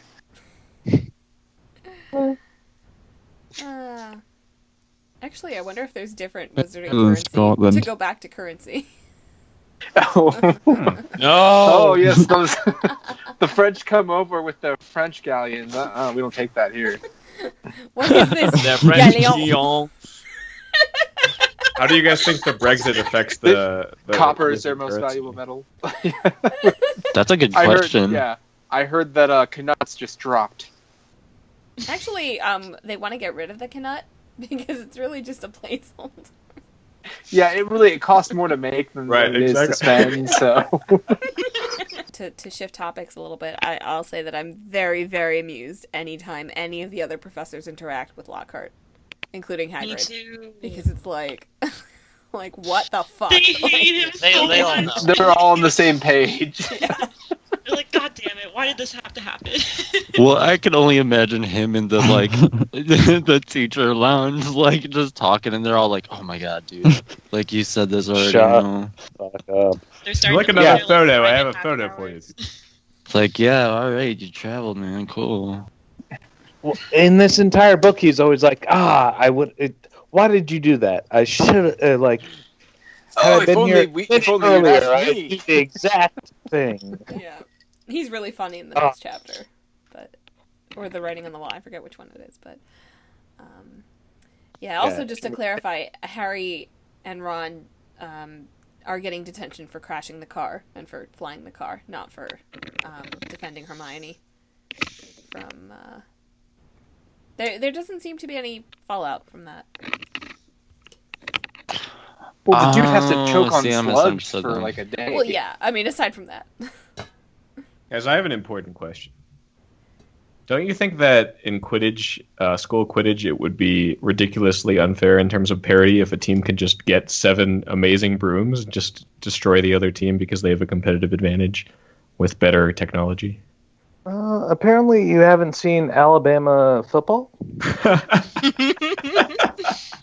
where they just recruit the best people. Yeah, but They all playing use the with same balls, though. equipment, though, right? Yeah. Oh. Not deflated. Whoa. Well, Well, apparently that's cheating, so this should be cheating too, I guess. but either way, it's not so much the equipment. Well, of course it's cheating. for- Who said that? Did you guys hear that? I didn't hear anything. You're the only one. I think the I Quidditch. said, of course. It was he the played with ghost of Wait, Amber. Rip? I think the Quidditch Tear? commissioner needs to Kill? look into this. So, what does parcel tongue sound like when you Whoa, we don't understand know what that is it? yet. What is that? I don't know what that is. Yeah. You're skipping Okay. ahead. Yeah. That's Okay. later. All right, It's Adam, later. why don't you read your synopsis for Chapter 8, The Death Day Party? This is Ooh, my chapter favorite 8. chapter of the book One so far. second. Wait. I love Halloween, so yeah. This is a terrible Halloween. This is a Okay. really bad one. Yeah, so I completely forgot this chapter. yep. This is the worst. This is my least favorite chapter of the whole. All right. Like Well, everything. I'll try to keep it. I'll try to keep it brief. Then let me see if I can do that. Or Okay. So entertaining, because Well, we have 2 notes on the doc for this chapter, which is it's 1992 math. That was me. oh, is that even for this chapter? Hold on. Confirmation. Yeah. Yeah. So It's that's just what fine. happens Death- in the Death Day Death Party. Day. It's I've read 1992 math. So we could just do this conversationally, I guess. Chapter We've been 8, doing. The Death Day Party. So October arrives, and Hagrid's pumpkins are becoming engorged, which is great for Gross. reasons. And then Oliver Wood is practicing with Harry. But yeah, you just so said wood and engorged in the same sentence. maybe. Yes, but in the opposite. So Harry comes in from practice, and it's been raining. It's all muddy. He runs into nearly headless Nick, who's just kind of upset because he can't be in the headless hunt because he's only nearly headless. His head doesn't come all the way off, and I don't know. They seem to have a pretty good reason why he can't be in the headless hunt, because they do headless bowling and stuff that he wouldn't be able to participate in. So it would really just kind of make it a downer for everyone else. But also they're being kind of dicks. So I understand both sides. And then Filch comes out and sees that Harry is dripping mud all over the floor. And I mean, this is the janitor for a giant. He's the only janitor in a giant ass castle, and he doesn't have the ability to clean like some of these other people do. You know what I'm saying? And No so magic. he writes him up for befouling the castle, which makes me think maybe more like Harry took a dump somewhere. But anyway, so Peeves distracts Filch and he runs off, and Harry gets a look at something called Quickspell, and he's like, "What the hell is this?" And apparently Filch is just a terrible wizard, and needs help through some sort of mail program. It was the 90s. It's Okay. correspondence, of course. There's no wizard internet yet. It's all right. It's all right. So Harry gets out of that. It's it's kind of okay. And Nearly Headless Nick is like, yeah, man, have my boy Peeves help you out, bro. And He's from the hood too. They're all from the hood. Yeah. So then he agrees to go to this Death Day party, which is the day that Nick died, which also happens to be Halloween, when they have like a super boss party for the rest of school. And Harry kind of immediately regrets this, but it's like, whatever, I guess I'll do it. So they go down to the dungeons for a really depressing Death Day party with terrible food, and just it's bad. But we get more ghosts, and that's cool. The ghosts are always cool. And then we are introduced to Moaning Myrtle. Not always cool. Yeah, well, not always, but having them versus not having them at all, like in the movies, is better. Yeah. So yeah, Moaning Myrtle's just kind of pretty lame and really depressed all the time. And their solution was to just give her her own bathroom, apparently. For whatever reason, I don't know why they did that. But I don't think they can get her out because she haunts it. So yeah, but they put out of order instead of just being like, hey, just use the bathroom. Can't whatever, they call the Ghostbusters? They've got it. Yeah, there's no magical ghost to sign, or at least convince the other ghosts to just, I don't know, deport her from the premises. Go towards the light. Oh, that's it's too late for that. So anyway, Harry starts hearing the voices again, and this time he hopes Ron and Hermione hear them, but they don't. And then they're running through the halls and all kinds of places where they shouldn't be, and then they come across a wall that has the writing, "The Chamber of the Secrets has been opened. Enemies of the air, beware." And it's, dun dun dun dun. The book kind of actually starts at this point. Oh, and Mrs. Norris, Filch's cat, is looking dead as hell. And they're looking guilty as fuck. The end. Oh, and Malfoy's like, yeah, I'm down with this hate speech on the wall. Right. Throws out another casual mudblood, and no one reacts. Yeah. It's becoming normalized. It's like mudbloods and dead pussies. I'm down. Okay. So why can't they use like a spectral knife to cut off Nick's head? Is that not a thing that can happen? Or it's you don't know ghost not. rules, Zach. That's not how it works. They're just the Bloody stuck as they Baron are. couldn't just cut his head off. Come on. I think they just don't want to. Was Theon Greyjoy in charge of his execution? Because his head is all fucked up. 52 what did he times say? with It's a like blunt 4, axe. yeah. Someone was just like, you gotta die on Halloween, and they just, it was like, I don't know, it was, what was it, 1492 or something? So it's, in 1492. So it was probably just some muggle who's like, he's a witch, and grabbed the nearest thing, an unsharpened axe, and just started beating to death. Do we learn about how Nick died? I feel like we might later. I think we do, actually. Yeah. We do, yeah. It's been too long. I can't remember. Played him in the movie. That's one of the few things I remember from watching it on the green. Oh, good afternoon, Harry. He's so happy in the movie. Harry made it into Gryffindor. I care for some reason. He's the Gryffindor ghost. Yeah, so. Even the movie left out this chapter, except for obviously the very end. And Peeves doesn't belong to any house. Is that correct? He's just haunting the school. He belongs to Hogwarts, and he's a dick. He's a poltergeist. He's the Slimer of the How many Harry nice Potter universe. poltergeists are there? Very few. So certainly not Peeves. Well, I don't know, because most of the ghosts in Hogwarts seem to kind of at least coexist with the school and everyone fairly well. The difference between ghosts and poltergeists. Poltergeist obviously died in extreme pain and terror, and that's why he has to take his terror out and cause pain for other people. By being an asshole at a party. I don't think that's conversation. Right, but I don't know. Hufflepuff and Ravenclaw ghosts. Ravenclaw is the Grey Lady, and Hufflepuff's the Fat Friar. Fat Friar. Such stereotypes. More alliteration. Nearly Headless Nick. 3 We didn't mention alliterative we- names. Jeez, Yeah. come on. Slytherin's ghost is the Bloody Baron. Baron. 3 out of 4, right? Grey Lady breaks the rule. We met a Yeah, new but Hufflepuff. Grey and Lady sound somewhat similar. Yeah, like each other. We met a new Hufflepuff. She's the gray girl, y'all. She got upgraded at Oh one my point. god.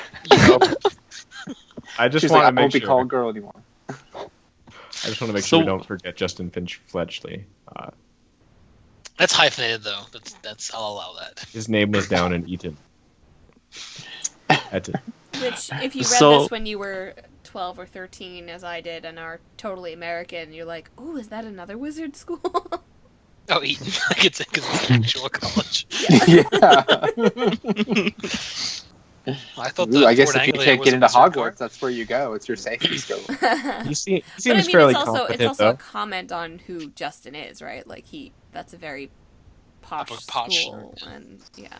So was the book filch reading like the magical equivalent of Hooked on Phonics? Like it seems like more like the magic because Hooked on Phonics works and helps people, right? Like it seems like more of like the magical equivalent of like, come on, bro, come on, just try this real quick and you'll get big penis. You know, like it seems like it's What accent was that? Was that Jamaican Russian? Why is Or Rasta Russian? Trying to make me Wait a minute, Jamaican Russian? What? I think that's what it was. Come on, man. No, you've never seen Chappelle's show, like where he's like walking around the internet. And he's like, "Come on, buddy, come on, man, seriously, make you real big. Come on." Like you never seen that? Oh, I mean, he's not taking any substances. He's learning. no, but it's like someone, he's probably paying for this, right? Yeah, I mean, it's like So, reading like- For Dummies book. But like Those again, the books For work. Dummies I books read probably do something. I did Middle Earth for Dummies before I read the Silmarillion, so some of them work. Like, and this is Hey. purporting like, I mean, I guess it's like you Silmarillion could is put it gold. to like, I don't know, Scientology or something then, or like that's like your life is going to be changed and you're going to be the CEO of your company if you read this book or something. And it's complete bullshit. Well, I mean, I think the important thing about Oh, do you it mean is like not... who stole my cheese? Bestseller. What were you saying? You know, Complete bullshit. I was gonna say that. I mean, I think the point ultimately of the quick spell thing is that like it's revealing another layer of prejudice in the wizarding community. You know that yeah. you can even be the purest of bloodiest of wizards. But if And your get kind of skills screwed in aren't the up to genetic snuff, lottery. yeah, then like people are gonna treat you like shit. Like it's and be societally almost rewarded, like socially rewarded for treating you like shit. And doesn't Filch kind of seem like the primary example of, I don't know, kind of like conditioning in the magical realm? Like, I don't know. Like, do you really think he would be this miserable person if he was as magical as the rest of his family? Well, like the know? only like job he's able to get is the janitor for a massive castle. Does They could have Dumbledore given give him it that to a job? magic person. I don't know. Maybe that I would have wouldn't been want- hiring discrimination. Why do they hire him for that job when it would be easier with magic? Well, Or they because just make their house he elves wants like- to be in the magical world and around magic. And if Dumbledore hired him, then it would have been a kindness, you would think, right? Okay. Yeah, Right. but like maybe it, like since cleaning is something like house elves do in wizarding society, that's like putting him kind of down to their so-called level. So I mean, Filch is just trying to better his position in this world. Or I gain think stay legitimacy. in the world. No, he's Like, moping. That's what he because was. without That's what he's- Hogwarts, what else can he do as far as a job in the magical world? I mean, he could live with his magical family, or most magical people don't live in magical villages anyway. So the only way to kind of stay around magic if you're a Muggle is to find some sort of use like this. Well, I mean, they have bartenders in the magical world. You don't really need magic to pour butterbeer. If they're magical taps, you do. Yeah, you Like do. it'd be It's really easy. awkward. It'd It'd be easier for him to be a bartender than have to clean just like a a magical shopkeep high or school, something? you know? Well, I mean, Yeah. maybe, maybe it goes to the extent that people wouldn't patronize a business that was run by a squib. Yeah, and the kids don't know that he's a squib, and he's around the learning constantly. So maybe he's clearly still holding out hope that maybe his magic will kick in. So where better to do it than Hogwarts? Yeah, I think Filch is a very sad character, honestly. I kind of have a lot of. I mean, I hate him now that he's Walder Frey. I absolutely kind of hate the character more. But I kind of in the books and everything, he was eventually you realize like he's not really a bad guy. Well, at least he's got his cat. He's a sadistic bad guy. Yeah, but like he's I don't think he's a bad guy because he was a bad guy. I think he's a bad guy because he's not evil. his circumstance was he's just shitty nasty and upsetting. Well, But he then loves his you cat. can make He loves that his cat. argument to as him as Walder Frey. Like he's not really a bad guy. He was just shit on so long. No, that but he Walder finally Frey got had all the his own. power in the world. Like Yeah. like Walder Frey was disrespected by some other lords. It's like, but you still have everything you could ever want and tons of money and so it's not I like think he's the lowest of the low. Yeah, I think he is hateful and spiteful. I do feel sympathy for him, especially in these couple of chapters. I do, he is pathetic, and I do feel that for him. But he's not a nice person. He did have the option to be a nice person. He's not. So. Yeah. No. Does anybody else? Sorry. Does anybody else remember? Like in this chapter, I believe that they say something about how he has chains in his office or something. Yeah, they say that in this. He wants to hang the kids Wants out. to hang them, Oh, yeah. oh my! No. He's Oh my! Oh, no. No. Casey is having the appropriate. Where's reaction. Mrs. Filch? I don't think there's a Mrs. You mean I mean, the cat? Filch does talk about wanting to hang students by their thumbs. Like the That's old something that ways. people actually did. Like the old ways. I mean, And he's he was- totally Does hanging nasty. by your He thumbs was actually psyched hurt? to Get that okay we later. want to find out. Yes. Hanging by your thumbs probably rips them off eventually. I mean, your body You can't can hold just that unless it's reattach magic. them. Haven't no, you ever got popped pretty- your thumb? That shit hurts. Got pretty strong Why are we thumbs. debating this? I think Paul just. All right, volunteered guys. to Get hung Ice and hanging Firecon, hanging by the his thumbs. We can test it out. Yeah, guys, at Ice and Firecon, please test Which it out. I will not be at. Or will not be at either. Okay, so the only thing I really want to point out about this chapter is Lockhart. Oh no, that's in the next one. Never mind. Sorry. Right, Lockhart saying like, "Oh, it's too bad she's dead. It would have saved her." Blah blah blah blah blah blah. And then it's like, Snape. it's like, she's not dead. I knew it. Oh yes, of course. You passed my test. Yeah. Good job, Dumbledore. You figured it out. Okay, so let's move on to chapter 9. Wait, hold on. Okay. I just want to consider this a little bit longer. The idea about jobs in the wizarding world. What jobs are there that leverage your magical talents? That's all you learn in school. I mean, you can work for the government. You can be a professor. What else is there If you're an that old leverages your? That's what I'm Yeah, that's trying part to of say. the That's why they have such a huge bureaucracy. They have to have a ministry for everything. Well, Because- and I think there's. Are the ministries specific to the countries, or is there just like one magical government for like the whole world? Or do we not really find that? It's like Each has their own. regions or something, kind of like countries, regions. I don't know if they hold I to the think same England borders as we do Brexit entirely. No, they do have individual country governments. You have MACUSA in the USA, and you have Ooh. British, like the Ministry of Magic. And But probably, you would think that a lot of smaller countries would be lumped together, right? I don't you know. But Greg, don't worry. We just learned about the MACUSA on Fantastic In November? Beasts.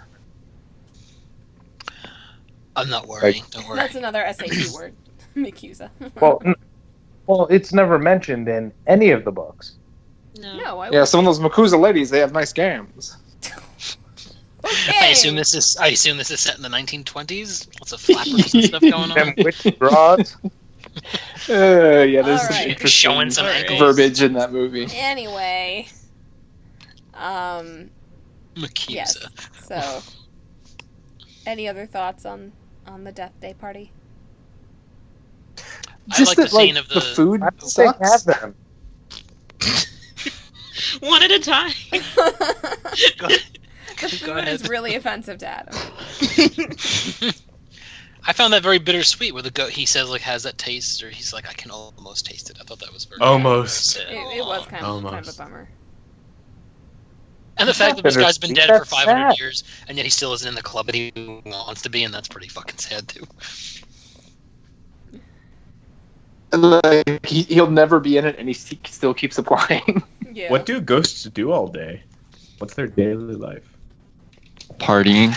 It's funny because you said their they just daily try not to life, cry. but they're dead.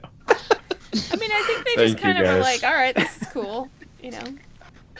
Well, they can basically, they have no consequences now. They can do whatever the fuck they want. And they Granted, can't they can't really do much, but yeah, they could see the world. Yeah. They could leave Very that slowly. bathroom if they wanted. Yeah. Well, don't you think that they're like kind of connected to Hogwarts and they can't really leave? Well, we hear about I how think the, just Moaning the Myrtle Weeping Widow is. came up from somewhere. We heard about that, so they can move. Yeah, around, I don't, because I doubt Nearly Headless Nick was killed at Hogwarts because it's magic and he was probably killed by a muggle. Yeah, no one ever dies Unless in Hogwarts. it used to be a werewood. Oh my god.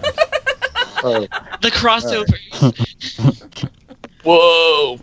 Nearly headless paste? What? I don't think any spirits can go from Hogwarts, but they can come from Hogwarts. Okay.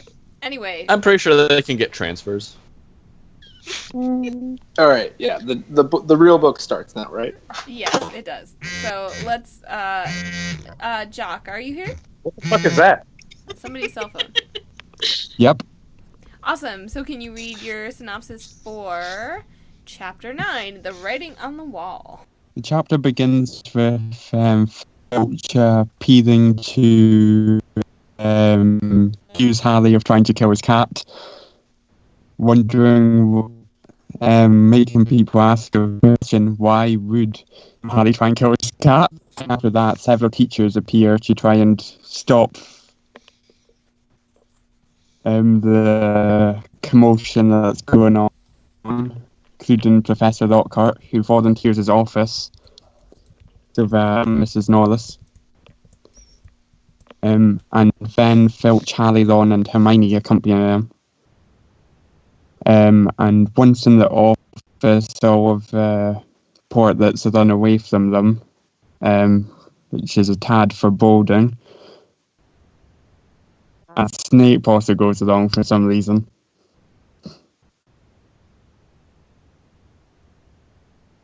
Lockhart continues to speak about himself, and it's turned out that she's still alive, Mrs. Norris.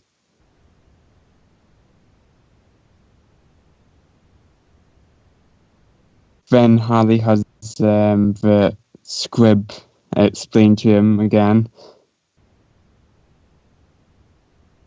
And Snape also accuses Harry and says that he doesn't believe that it is, but says it looks suspicious. And they try and explain themselves.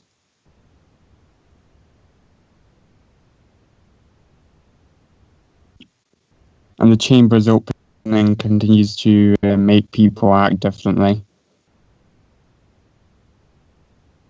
And then after that, they go on to their classes, where they speak about the various founders and how Slytherin believed only purebloods should learn magic, and he left the school when the others rejected his beliefs. According to the legend, he created a secret chamber beneath Hogwarts and hid a monster within it.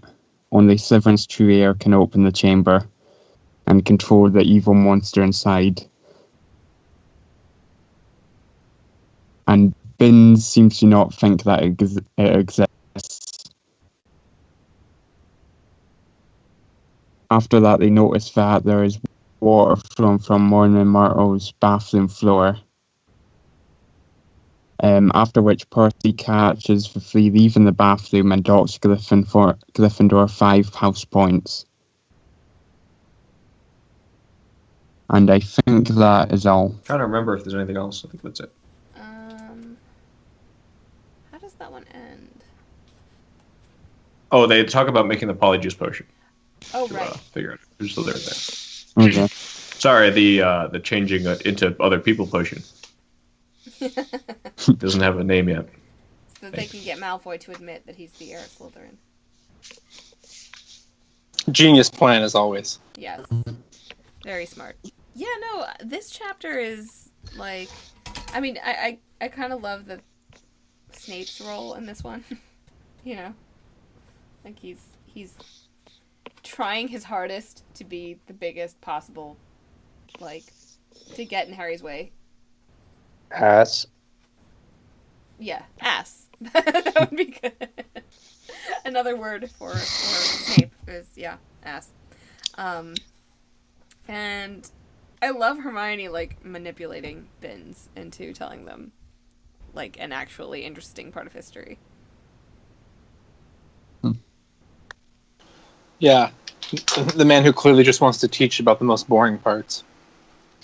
It's like, oh, I can't believe I just told you something entertaining. Now back to sleep with you children. Well, I think it's bigger that he went off, like, his course, because obviously he died, like, saying the same thing. And all of a sudden something was like, oh, yes, well, we can talk about something else. You know, it seems like it was just on a record. Yeah, but ghosts do have, like, a certain amount of... I mean, like, their minds work. They can react to things. They're Awareness. Not... Yeah. Yeah, but I feel like the house ghosts are so much more attuned to the differences of their houses, the people that are in there, like, looking out for them. And Binns is just like, this is the curriculum that I've given you people. And it doesn't matter what year he's saying that to.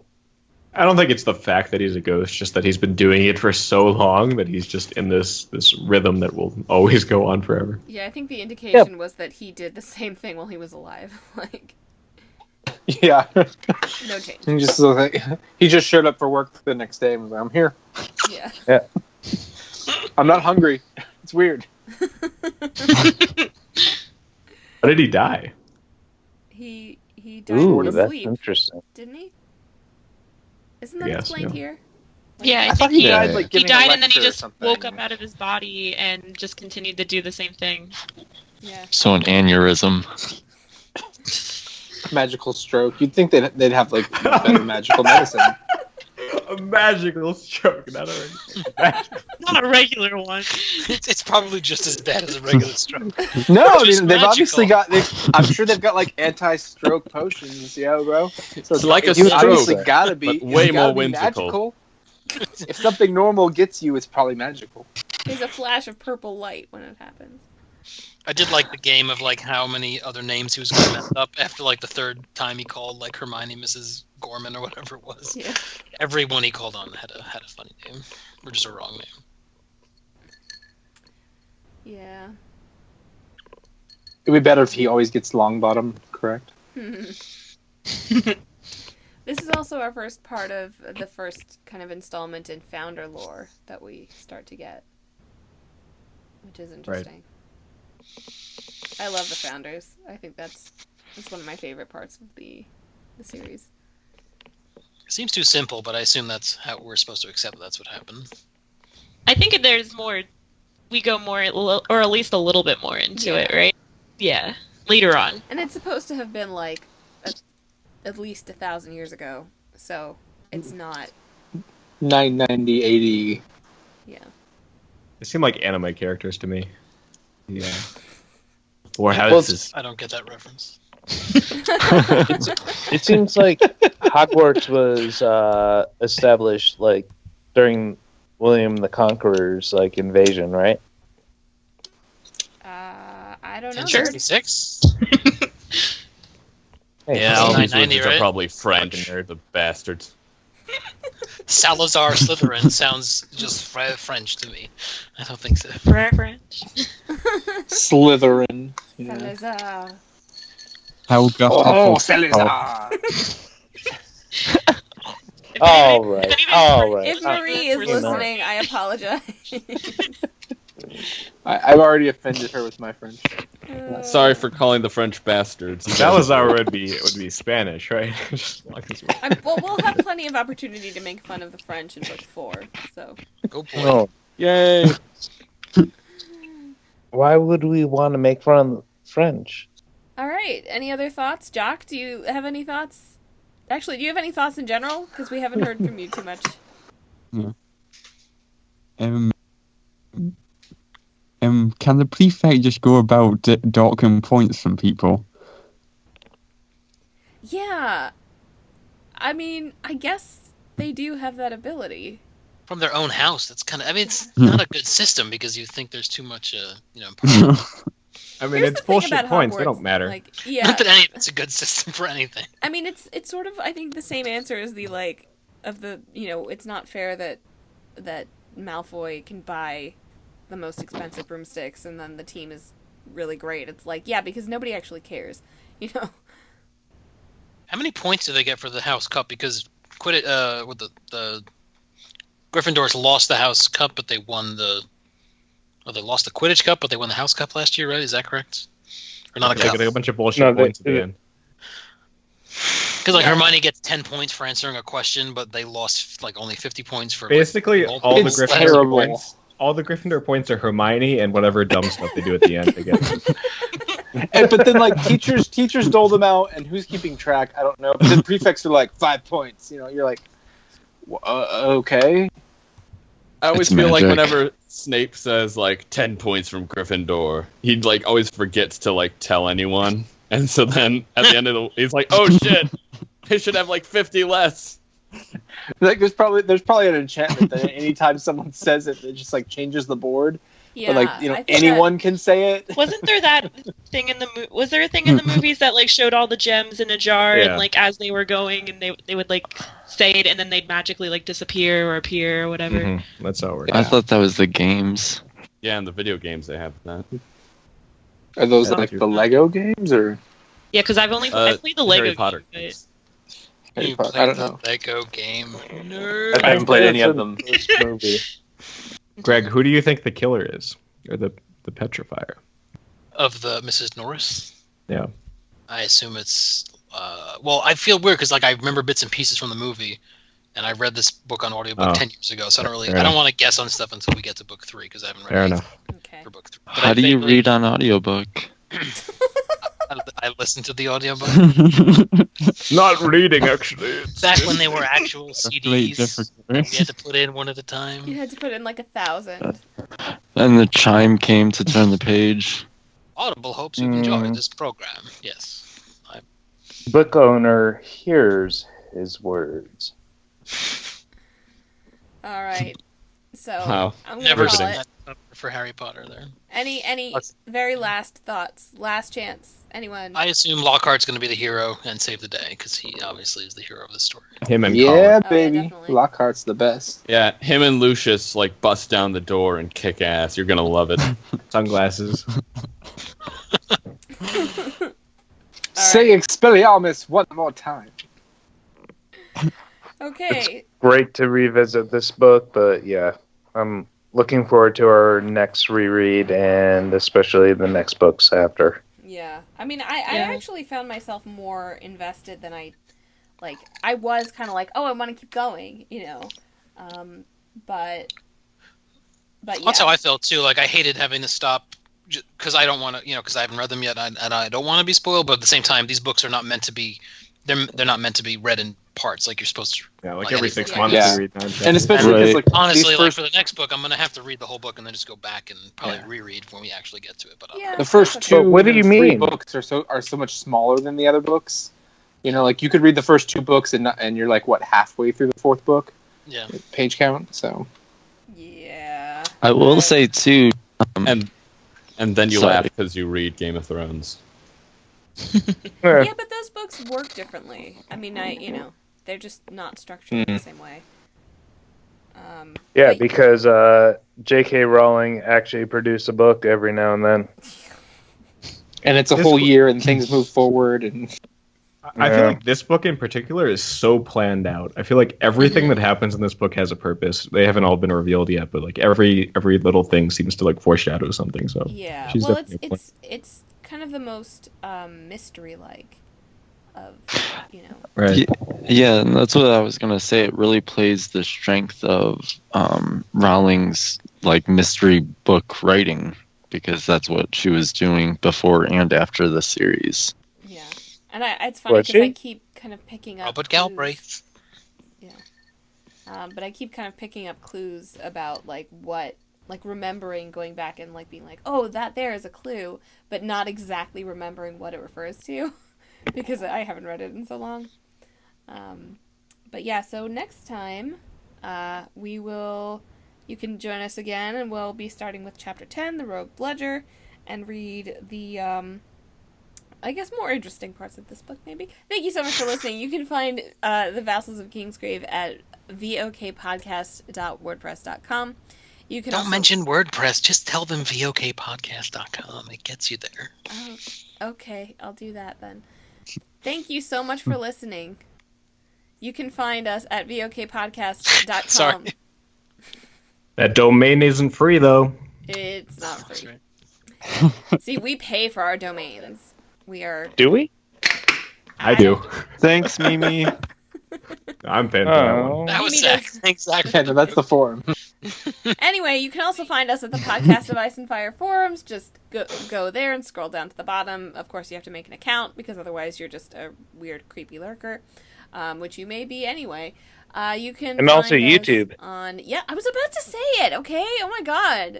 Stop patronizing. Stop me. rushing her. Okay. You can find us on YouTube. Just search for Vassals of Kingsgrave. You can find us on Twitter. We're also on Instagram. We're just on all of the sex websites. You know, Matt has a lot of porn produced. It's really great. And We're in all the amateur novels. we're all very proud of him. Everyone is the picture of him punching a narwhal. Read our fan fiction. And yeah. Whoa. Come on.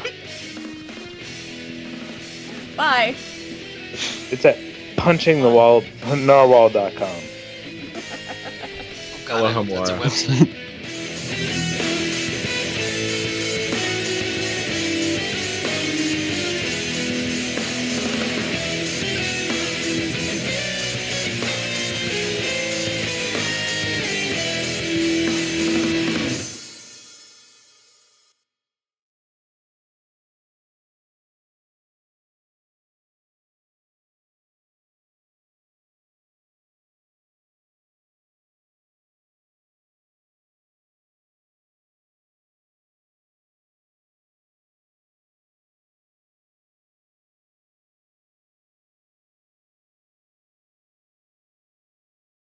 It ain't showing up for me, but as long as it's working, that's fine. Alright.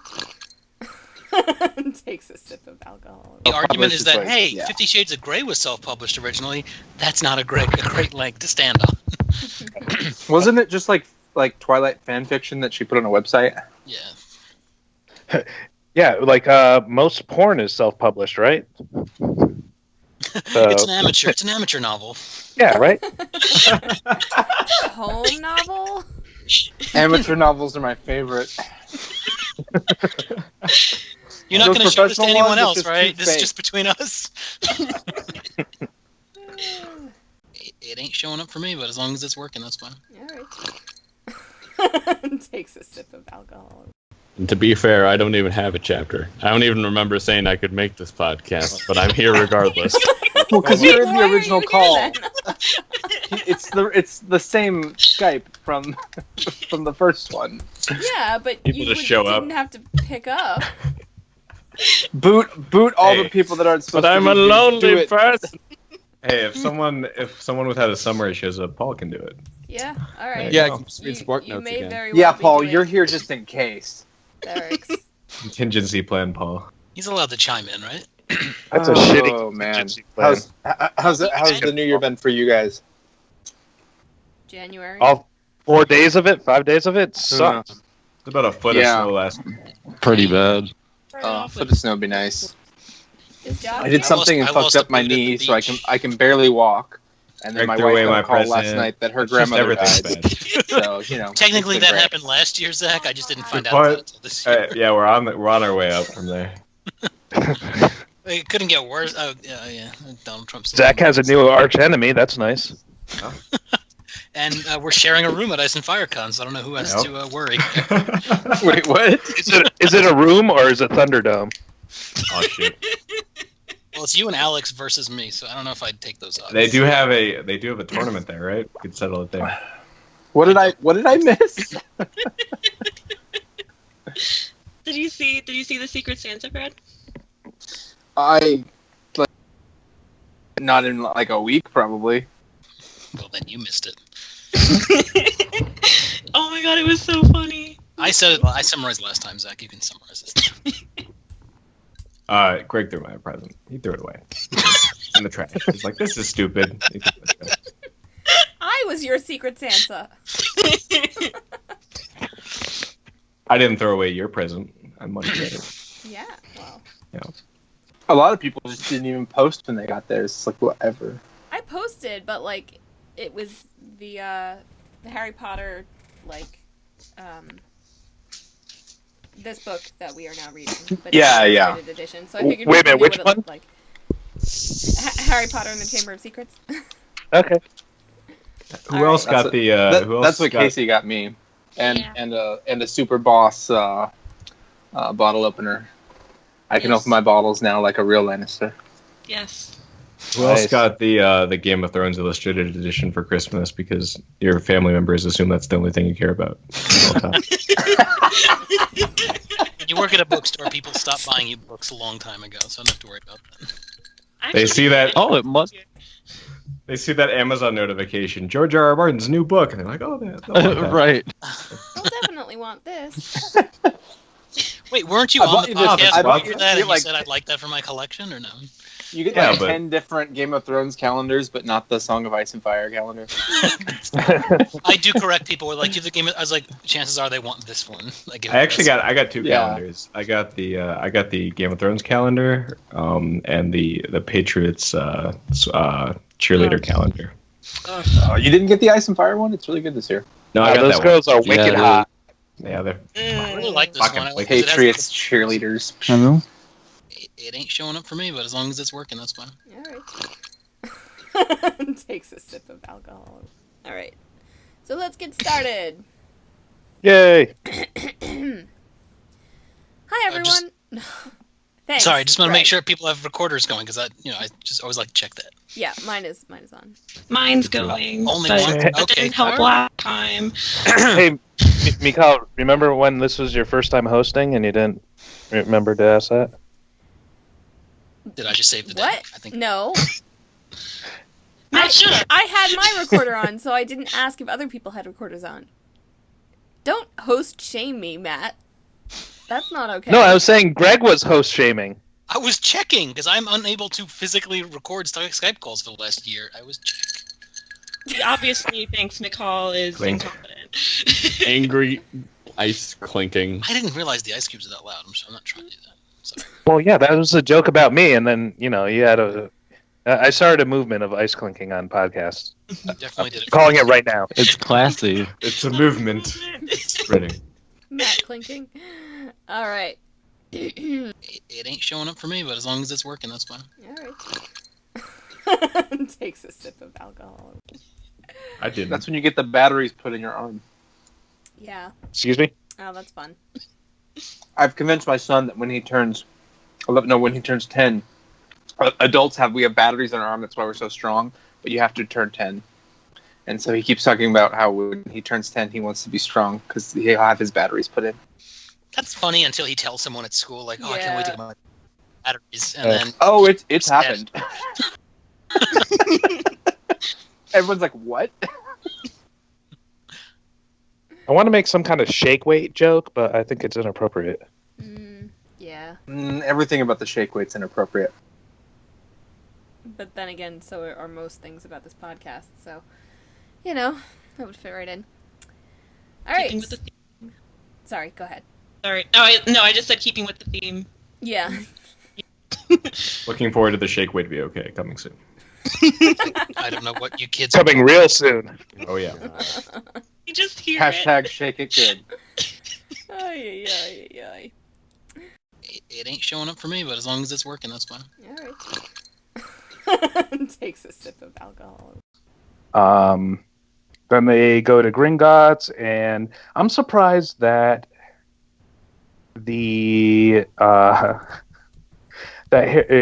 Harry's obviously very wealthy, and the Weasleys actually have a vault for apparently their small pile full of coins. Anyone can have a bank account, right? I know, but I mean, you figure they keep it up in a Maybe. chute in the back or something. But no, they pay the overhead on this vault is who knows. It's gotta be. It's probably a slave labor, bank. So. That mad family interest. thing, but it could be slaves also. Oh yeah, they just had a vault and you just have it once you get it. There's not a lot of wizard families. Yeah, but I feel paying for a vault is a lot of money, right? What I'm saying is maybe the wizard families established this and it's just kind of there for people to use a public good or something. I find that banks usually don't do things out of charity. Yes, but these are... Have you been to many magic banks? Oh, and goblins love the wizards. Yeah. They're looking to screw them 6 ways a Sunday, so... Maybe the goblins just like having all of the shiny things, and that's why they do it for free, because then they get a hold on to the stuff. I don't know. So how bad is the Weasley's overdraft protection fee? Oh, it's FDIC insured. Yeah, is there FDIC for magic banks? How does direct deposit go?